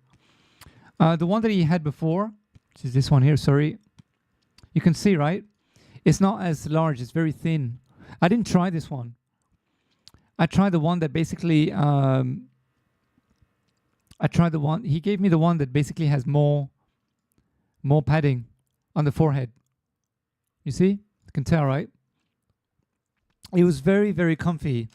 Very, very comfortable. As a first time, you know, comparing it to the, I still think the HTC Vive Pro 2 is one of the most comfiest headsets I've tried, because it really feels like a cushion on your face. Like, it's so comfortable, even though it's a bit heavy too, but it is really, really comfortable. The G2 is my go-to headset. It's the most comfortable headset for me. However, it wasn't so comfortable in my first time use. I think that's what's very important to talk about in terms of comfort. The G2 is super comfortable now, but it took a month. The DP4 is kind of comfy now, but it was really not comfortable to begin with. The Pico 4 is still not very comfortable for me. It's the only one that is not comfortable yet. But yeah, in terms of headsets you buy and you put on your face for the very first time, Quest did a great job, very comfortable. The Pimax, very comfortable, although I had to put a hat. No hat, no comfy. Hat, very comfortable. And the HTC Vive Pro 2, very comfortable as a first time putting it on for the first time. So IPD, hope that answers your question. Okay, let's go back to my notes. Let's talk about the audio now, whilst I play some of the footage. Let me go back. Let me put some Half-Life Alyx. Okay, let me bring it in. There we go. And let me go to effects. Here, there we go, so I can position it. Now, Half-Life Alyx, I mean, the audio was absolutely amazing. The audio is just like the Valve Index, Valve Index speakers, to be honest with you. Now, when I put the audio, I cranked it up. I can't crank it up to 100%. It's not possible. It's too loud. I was, however, able to crank it up all the way to 73%. Believe me, the world is gone. You don't hear the world anymore. I could hear my PC churning now and then, but much less than the G2. The G2 isn't as loud as the Pimax Crystal. Pimax Crystal is much louder. So I couldn't really hear my PC churning as much as the G2. But believe me, with the Pimax Crystal, the world is gone. It's gone. It's gone. You're in your world. You're done. You can't hear anyone talking to you around you. You can't hear any noise, except if you have a tractor, a plane, a GPU running at full throttle, some loud big noise. Believe me, if there's a fire around you, you won't know.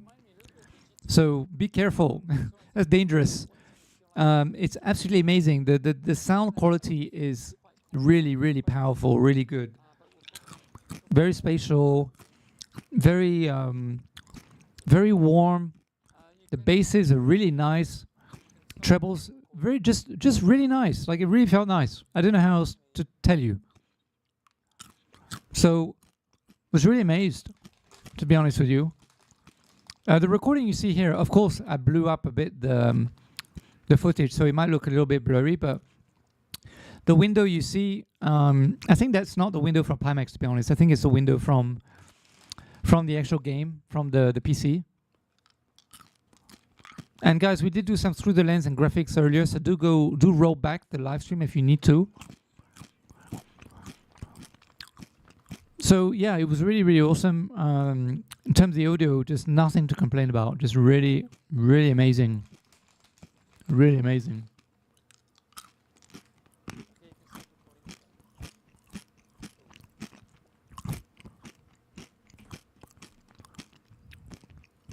All right, let me go to my notes.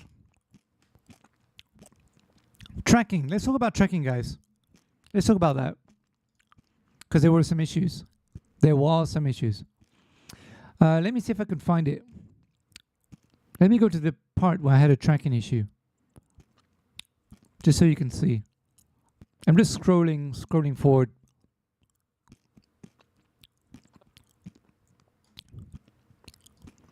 I'll show you where I had an issue with the tracking.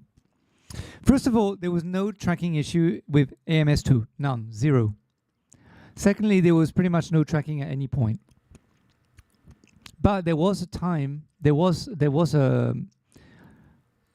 Generally speaking, the tracking was okay. Now, my lighting in the room, as you can see, we'll talk about lighting in just a minute, but my lighting in the room was pretty normal. Okay, let me see where it occurs. Is it here? Okay, let's just talk about the good first, okay? So you can see inside of here, you can see here, here's some tracking exercises, right? Where it comes to, in Half-Life Alyx, where you're asked to learn how to grab objects, right? Normally speaking, it was all good. The only issue, the only part where I couldn't, like, for example, here, this is not due to the tracking. This is because I didn't actually flick my wrist at the right time. Not here, but the next object. I didn't do it at the right time, so that's why I flew by.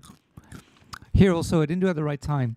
However, I have to say that compared to other controllers, even when I don't do it at the right time, I can still grab the objects.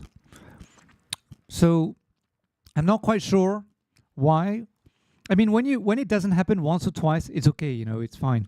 But as you could see here from the footage, I wasn't able to grab the actual objects 3 times in a row. Once here, twice here, and then again here. I wasn't able to grab the objects. So there's definitely, but here it was completely fine. So there were some moments where, and here is absolutely fine also. So I think maybe Pimax need to work a little bit on the latency reaction, because all the other controllers that I have, including G2, Pico, DPVI4, Quest 1, you know, all these other things I tried before, I never had an issue with that, never. So if I have to flick my wrist at the right time according to Pimax's right time, then, you know, that defeats the purpose of, you know, the gameplay, I think, a little bit. So that was the first thing. The other thing was that I noticed. Now, I do need to remind you guys that the headset that I was demoing with was not the latest headset that you would be receiving, okay? It's still a demo unit, but it's the latest of the latest demo units I was demoing, okay? So do take that with a pinch of salt as well. But let me show you the other issue that I had. I'm going to give you a tip in terms of the tracking, which they gave me. Let me see if I can find it. I don't know if I recorded it or not.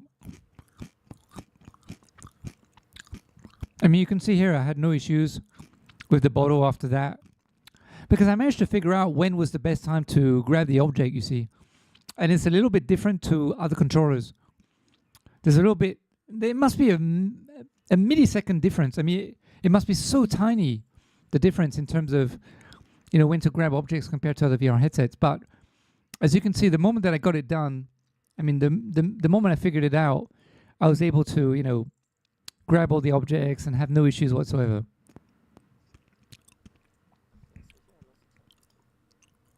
Okay, here's the bug.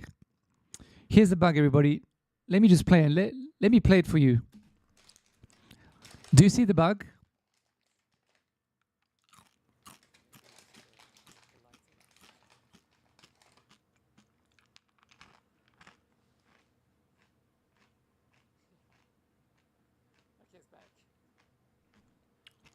Yeah, that's why, Brad. That's right. It's physical mechanical IPD still, yeah. Oh, I rendered a different headset. So basically, now the reason why this bug occurred, FYI, you see the bug here. Let me pause the video so you can see it properly. So I put the thing in. Now what I do is actually the gun, let me see if I can go back.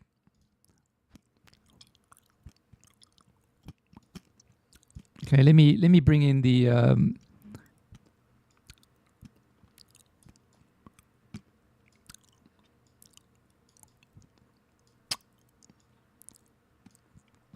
okay, so when the bug occurs, as you can see, you can't really tell because I'm looking the other way.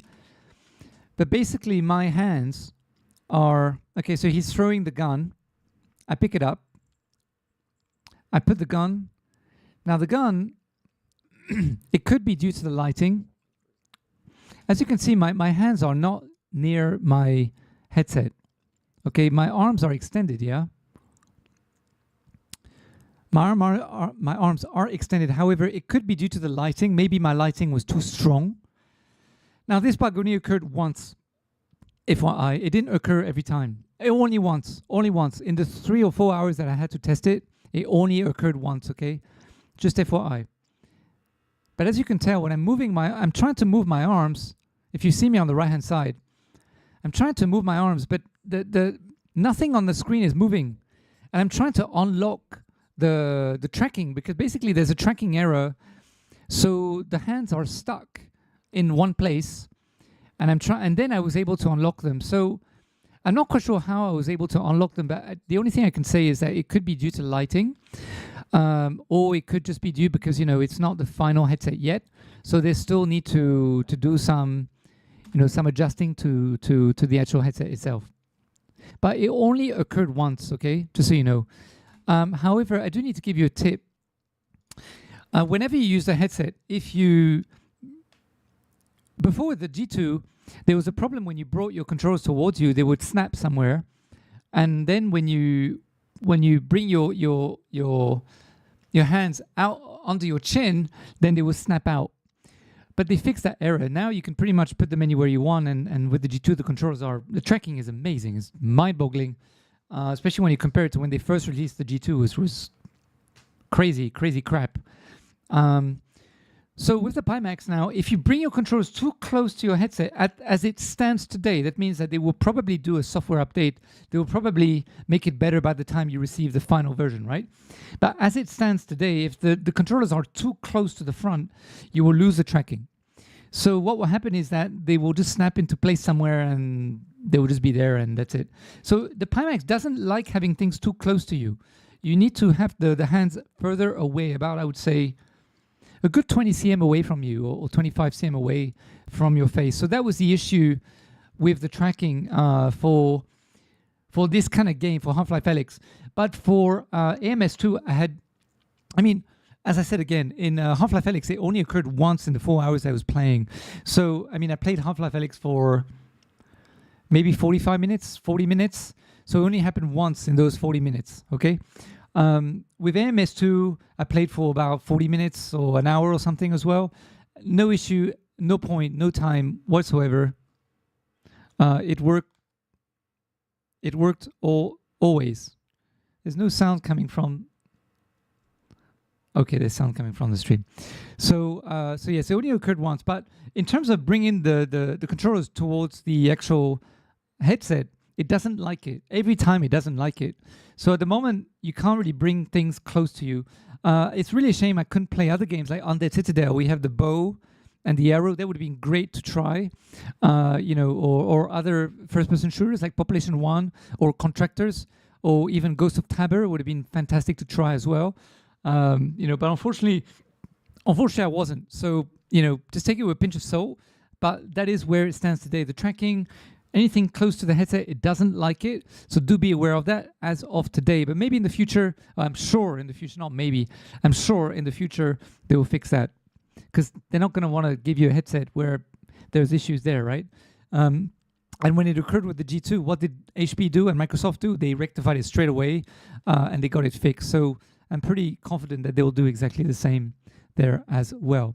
Okay, let's see what else I can show you guys. Okay, lens flare. Let's talk about that.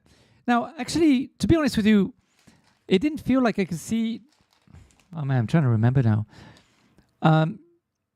Even though I had all these bright lights everywhere in the room, let me just continue playing here. Even though I had the bright lights in the room, you know, I didn't really see them in. There's no glaring on the lenses. There was no glaring, but I do have to say that sometimes what I had to do was I had to turn off the light behind me. I don't know whether you can see it here or not. Did I turn it off? No, I didn't turn it off here. Let me see if I can go back to editing. Okay, let me put back AMS2. Okay, so at the moment I'm driving, as you can see, I'm driving with the light behind, but I didn't have any glaring, so that was really good. But I don't recommend having a bright light like this, you know, near you, positioned directly towards you, because otherwise you're not going to have a good experience in VR. And I also don't advise having any lights behind you that are shining towards you either. Turn them off or make them shine somewhere else. It's better to make the lights shine against the wall, bounce against the wall, as it will diffuse the light in a greater amount of places, and you'll need less light as well. I don't know whether I turned off the light. No, I didn't turn off the light. But there was no real glaring. I thought that was really well handled. You know, and yeah. I was pretty impressed by how the lenses would keep the light out of the headset and how the headset keeps the light out of the lenses. So no real issues there, guys, to be honest with you. I was pretty happy with that.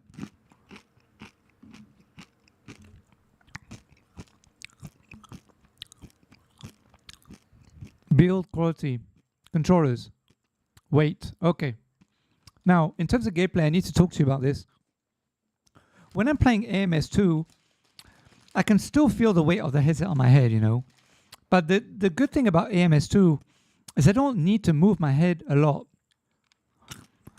And as I mentioned at the beginning of the live stream, if you don't move your head a lot, it's still okay to use this headset, even though it's 1.1 kg, all right? Honestly, I don't know how safe it is to have a 1.1 kg on your head for more than an hour, to be honest with you. Okay? This is no... I'm not trying to diss Pimax. I'm very happy with what they've done. It's amazing what they've accomplished, but try putting a bag of sand on your head that's 1.1 kg for 2 hours every day. I really don't think it's safe to me, okay? It's just my personal opinion. Could be wrong, but I wouldn't do it. So, that's just me. I'm just cautious. However, when you're playing a game that doesn't require you to move your head all the time, it's okay. It's bearable. It's really okay to do it. I mean, to play the game. However, when you're playing Half-Life Alyx, and let me go back to the Half-Life Alyx gameplay, you're moving your head everywhere in Half-Life Alyx, okay? So let me try to see if I can find the footage. Maybe I forgot to render it. Okay, here, for example, here, before I came into the lift, let me show you. Okay, here. No, it's not here. Here I'm actually looking up. I don't know if you notice, but I'm looking up. You feel it. Believe me, you will feel the headset on your face. You will feel the weight. So I don't recommend using this headset for Population 1 or Ghost Tabor or Contractors. Ghost of Tabor, maybe you can, although you do look up, but not so often, because Ghost of Tabor is a more calm kind of first-person shooter versus Contractors, and Population 1 is much more arcadey. Excuse me. So you will for those kind of games like Population 1 or Contractor, it's so arcadey, it's so busy, it's moving all the time. You're definitely looking up, trying to shoot, looking up, trying to shoot at something. This is not meant for that, okay, just so you know. I wouldn't buy this headset for those games. I just wouldn't. no matter how great no matter how great the graphics are, I wouldn't bother. I don't think it's safe. I think you're going to put yourself in danger if you play those kind of games using this kind of headset. But it's an amazing piece of gear. I mean, don't get me wrong. But I think this is more meant for Sims, or VR chat, or although it's an overkill for VR chat, to be honest. But it's meant more for hyper-realistic sensations within an environment where there's a lot going on, but you don't need to move your head so much.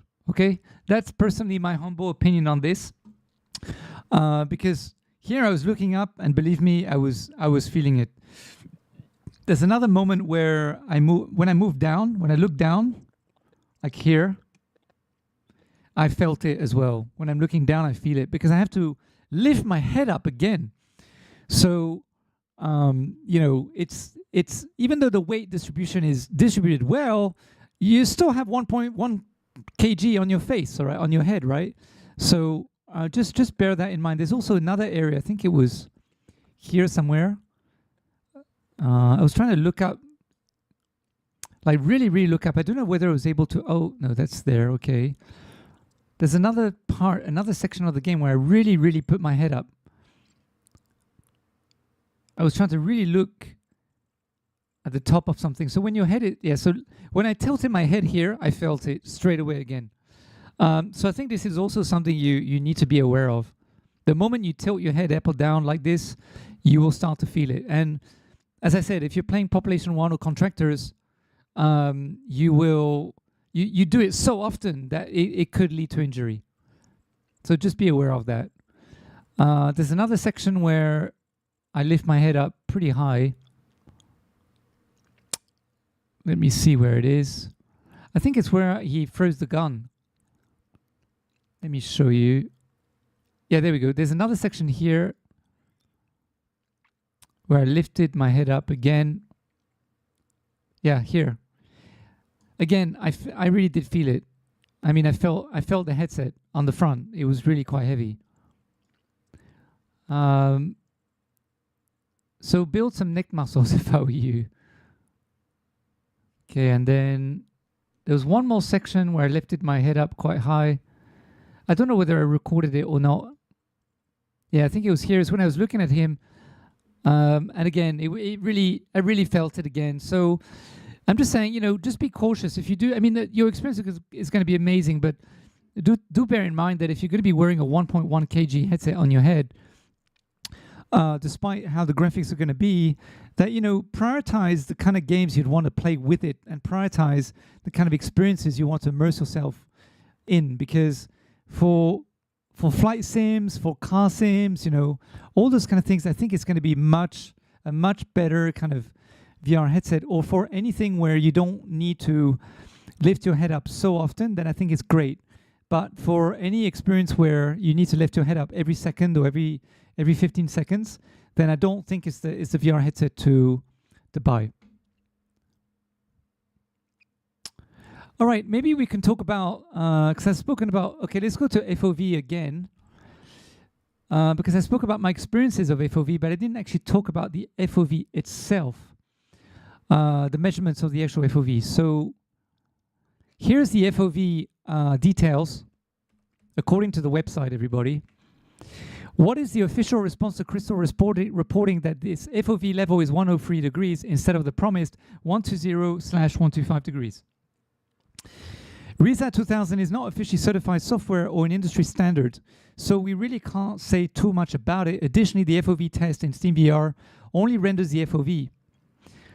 Different measurements methods will present different values. Human usage is also different. For instance, your facial shape or the use of different cushions used, eye positions, etc., will have an impact on the test results. Okay, according to our own technical design drawings, Crystal's horizontal FOV is definitely 125 degrees. Okay, so in your own measurement method, it is 125 degrees horizontal FOV. In fact, there are different between the reported FOV of many headsets and the measurement methods of users. When using a standard 35 ppd lens, the diagonal FOV is 130 degrees. When using a large FOV lens, the diagonal FOV can be enlarged to 140 degrees. When using a 42 ppd lens, the diagonal FOV is the smallest at 120 FOV. Okay? For minimum PC requirements, honestly speaking, as I mentioned before, for me, it definitely was much more than 103, okay? Because the DPVR E4 is supposed to be 100, right? Let me just double check again. DPVR E4 FOV. The FOV is supposed to be 116 for the DPVR. Now, if it's 116 degrees FOV for the DPVR, and I'm having a better experience for the FOV inside of the Pimax, then I think it just goes to show that it is larger than 116 degrees. I don't need to measure to know. I just know it's much better. Because as I said before, in the FOV, I could see things on the side. I was aware of my surroundings much more than I am with the DPVR or with the G2 or the Pico 4. Much, much more aware of what's going on around me. When I'm passing a car or a car is trying to pass me, I can see it before it's already passing me, which I can't see on the G2 because it's freaking 90 degrees and everything is blocked. So I need to keep looking on the side to know if the car is coming, right? Or in the mirror, if I have the mirrors enabled, then okay, I can look in the mirror. But sometimes I don't look in the mirrors. So it's nice to know when you're driving or something and you have someone who's trying to pass you and you don't see it in your mirrors because you're not looking, and then you can see someone pass it. That's fantastic. It gives you a competitive edge, right? And also same thing at Half-Life Alyx, where perhaps he's throwing something or he's coming out the window and I didn't know he's coming out the window after he's talking. I'm still looking around, but suddenly I see him, and I'm like, oh, okay, he's there. It's nice to have that awareness in the gameplay. It definitely gives you an advantage, compared to the DPVR or the G2 for sure. So I don't need to measure. I know it's more than 116 degrees. It has to be. It has to be. It really, really has to be. So I hope that answers the question in terms of the FOV, my personal experience, but also what the website is talking about in terms of the FOV. Let's go to minimum PC requirements now. As you guys know, I'm using an RTX 2070 with an i7-9700K. However, they do recommend you use a 3080, excuse me.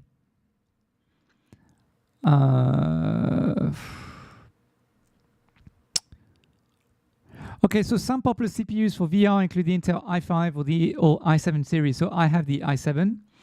You can also use an AMD Ryzen series.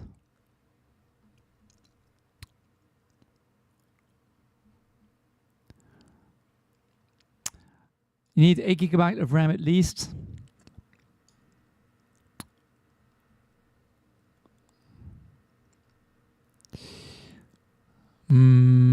Okay, here we go. So for Pimax PC mode, Windows 10, Windows 11, NVIDIA GeForce RTX 2070 and above.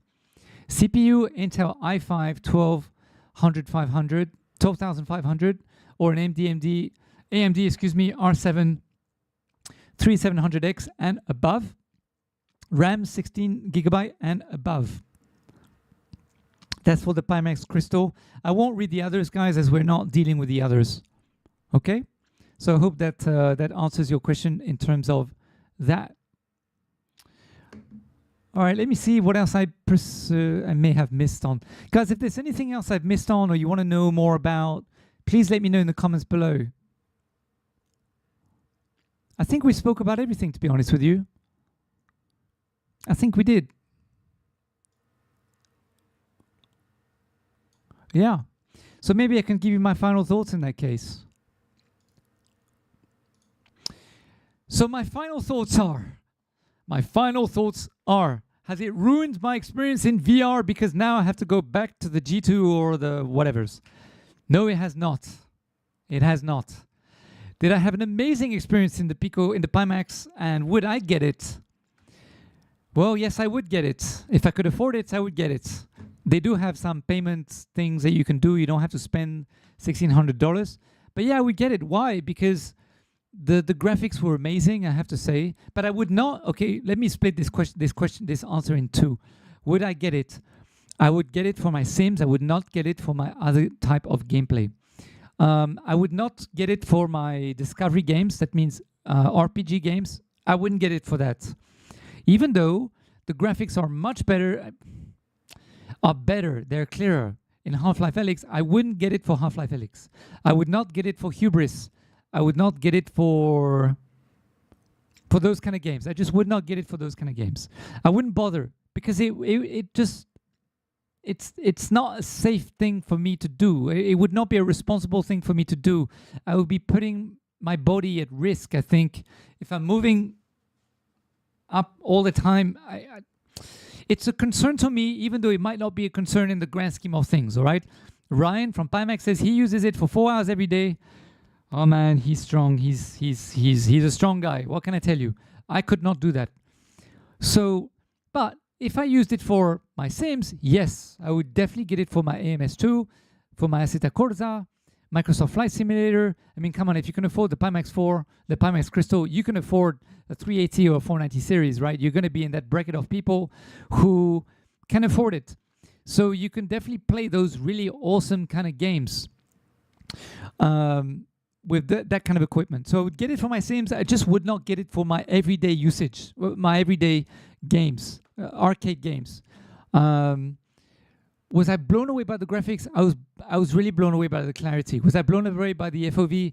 I was blown away by the fact that I could see what was around me before it was even coming towards me, and it made me a better driver in MS2. Was I blown away by the controllers? No. Oh, I didn't talk about the controllers. Let's talk about the controllers very quickly as I'm giving you my feedback. Let me go. And we didn't talk also about the build quality. So let's finish off with that as I talk to you about all those kind of different things as well. Let me go back. Let's go to delete me. Let me go to B-roll, hardware. There we go. I wasn't happy about the controllers. They felt okay, but I wasn't happy about them. Why? Because they have the same kind of issue that the HP Reverb G2 has, which is they're very sharp here on this side here where the two controllers meet. If you see the one that's positioned, let me fast forward here. Okay, this part here, I just wasn't happy with this because the shape of the controllers just, no, I wasn't happy with that. When I tried to throw something with the controllers, I wasn't actually able to throw. I didn't say anything to him while he was here because but I wasn't actually able to throw stuff with these controllers. It's very hard for me to throw anything. So I think if you're going to get the Pimax Crystal, excuse me, then get yourself a pair of Mammoth grips. I think that will be very, very needed. The moment I got, the Mammoth grips with my G2, all good, perfect, absolutely perfect. No issues anymore. The controllers, I can throw things, I can work with them, all good. But I have to spend that extra money and wait that extra time for the delivery to come all the way here to Singapore. So I'm just saying to you guys, be prepared for that, as it might hurt you in your hand. Let me just show you what I mean, because I have the controllers here. So these are the HP Reverb G2 controllers, which are very similar to the Pimax controllers. All right, the only difference is these, you don't have the rings. All right, but basically, as you can see, I mean, it's even worse on the G2. All right, but as you can see here, as you can see here, it's quite sharp on this part here, and this part here is quite sharp. So it's the same thing basically on the Pimax controllers. Where the joining occurs, it is quite sharp. So I didn't really like that, to be honest with you. And it was quite hard to throw stuff with them, like grenades and those kind of things. It was quite hard. So I would get myself a pair of Mammoth grips for that. In terms of the tracking, though, we talked about that already. So do scroll back. But in terms of the battery power of the controllers, they will last you forever, like hours and hours and hours.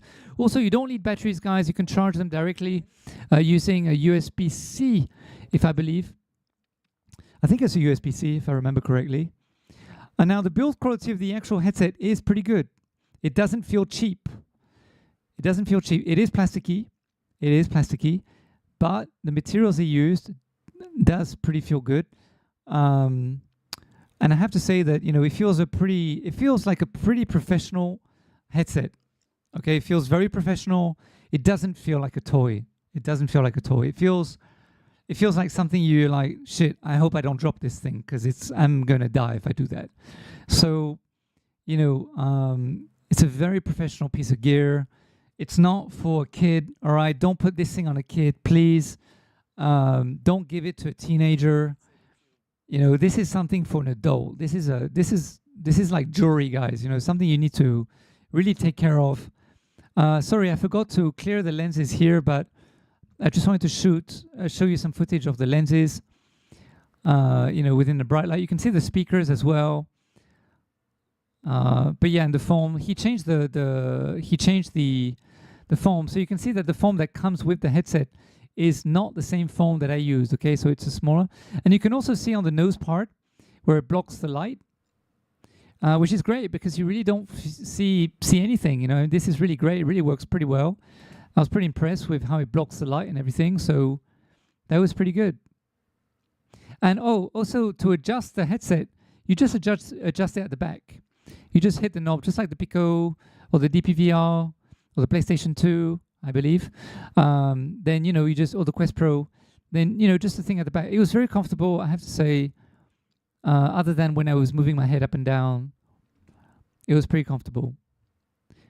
But I had to wear a cap, as I mentioned before. But the build quality feels very good. It feels very professional, very finished. It doesn't feel like it's an unfinished product. It felt very finished. It felt very put together, very solid. You know, all the pieces made sense. You know, I was pretty impressed by the build quality, and yeah, quite premium. You know, it made the DPVR feel a little bit more toy-y compared, you know, to be honest. And, you know, there's a big difference between DPVR E4 and this guy, you know.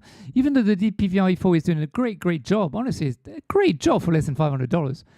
But, you know, when you put this kind of headset on, you're like, okay, got it. I understand the difference.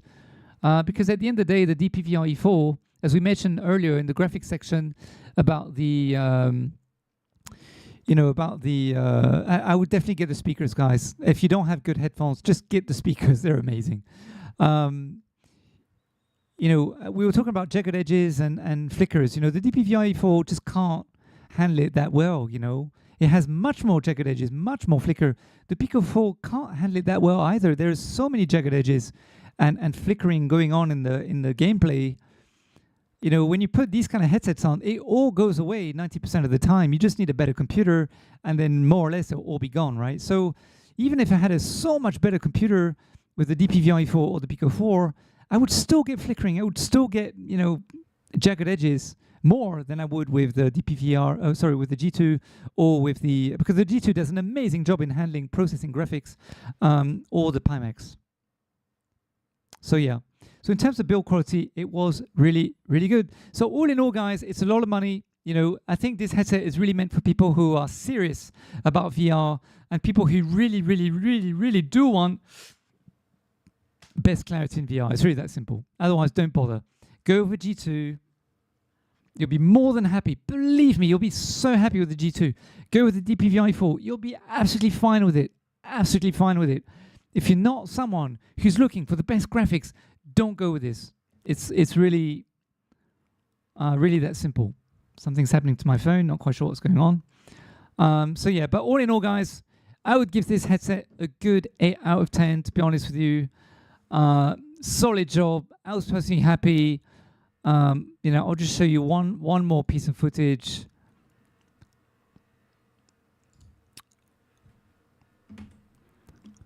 Let me go to B-roll of me. There you go. And this is where I mean, I would put a cap on. That's just me. Yeah, so it wasn't a perfect headset. That's why I'm giving it an 8, to be honest with you. Because there were some issues with the tracking here and there. And also there were some issues with the chromatic aberration with some color bleeding on some of the UI that came up at some point. So I think these are the kind of things that they do need to look at. But, you know, in terms of the fact that the FOV and the graphics are just amazing and it's a really solid headset, I was pretty happy. So yeah, Great headset for people who want to do sims and have the best potential possible graphics as possible when they're doing the sims. Otherwise, don't get it for first-person shooters and moving your head all the time. Don't get it for that. It's not safe. But there you go, guys. That's basically all I had to say about today's stream. Thank you very much for watching. Do let me know if you've got any questions in the comments below. If you've got any other things you want to say, let me know. I want the best possible HMD after the Pico 3 link. Well, as I said, Luke, if you're looking for the best possible graphics for your sims, then I think this is it. I think this is the best option. But if you're looking for the best headset for overall experience, that means sims plus first-person shooters plus role-playing games, then go for the G2 or the DPVR-E4. The only reason why I say go for the DPVR-E4 is because the HP have closed down their VR section department. So you might have some issues with customer service, getting new parts, those kind of things. But it is a better headset than the DPVR-E4. I'm not going to lie to you. The DPVR-E4 is a great headset, but it doesn't handle things like flicker or jagged edges as well as the G2. Okay, so that would be my recommendation. Best Sims headset, go with the Pimax. Overall best headset, next, go with the G2 or the DPVR-E4. That's what I would do. For PCVR, for standalone, I can't tell you about the Quest 2 since I've never even tried it once. But the Pico 4 doesn't do a bad job when it comes to PCVR. Doesn't do a bad job. Cyberpunk. I haven't tried Cyberpunk, so I can't say. Any game where you don't need to move your head up and down, left and right all the time, it would be a great headset. Really good headset. If you're just moving your head up and down now and again, it's okay. It's okay. We all need to move our head up and down, left and right now and then. That's fine. But not if you're doing it often, like in Population 1 or Contractors. No. All right, guys. So, do you guys have any other questions or any other thoughts that you want to ask me about the Pimax or anything else about VR? Otherwise, I will end the stream, guys. So I'm just waiting for the latency to come by. Do I have more chocolate? Yes. What's your favorite color? M&M.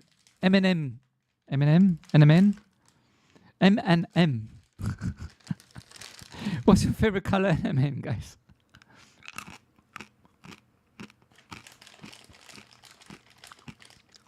So guys, please remember to smash the like so more people get to see this video and we can grow the community in VR Essentials.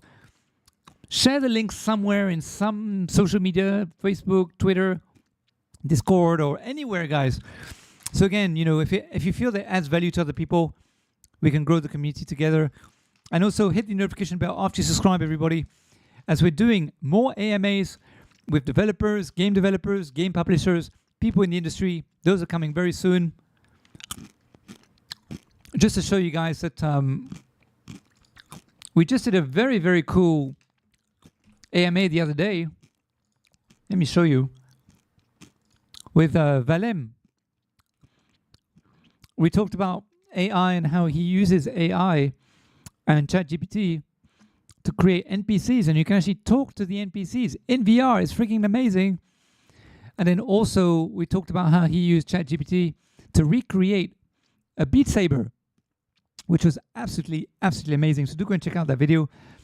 We also spoke to the founder and CEO of Cybershoes and Somnium Space. We spoke about what they're doing, what they're looking to do, what they're going to be doing in the future.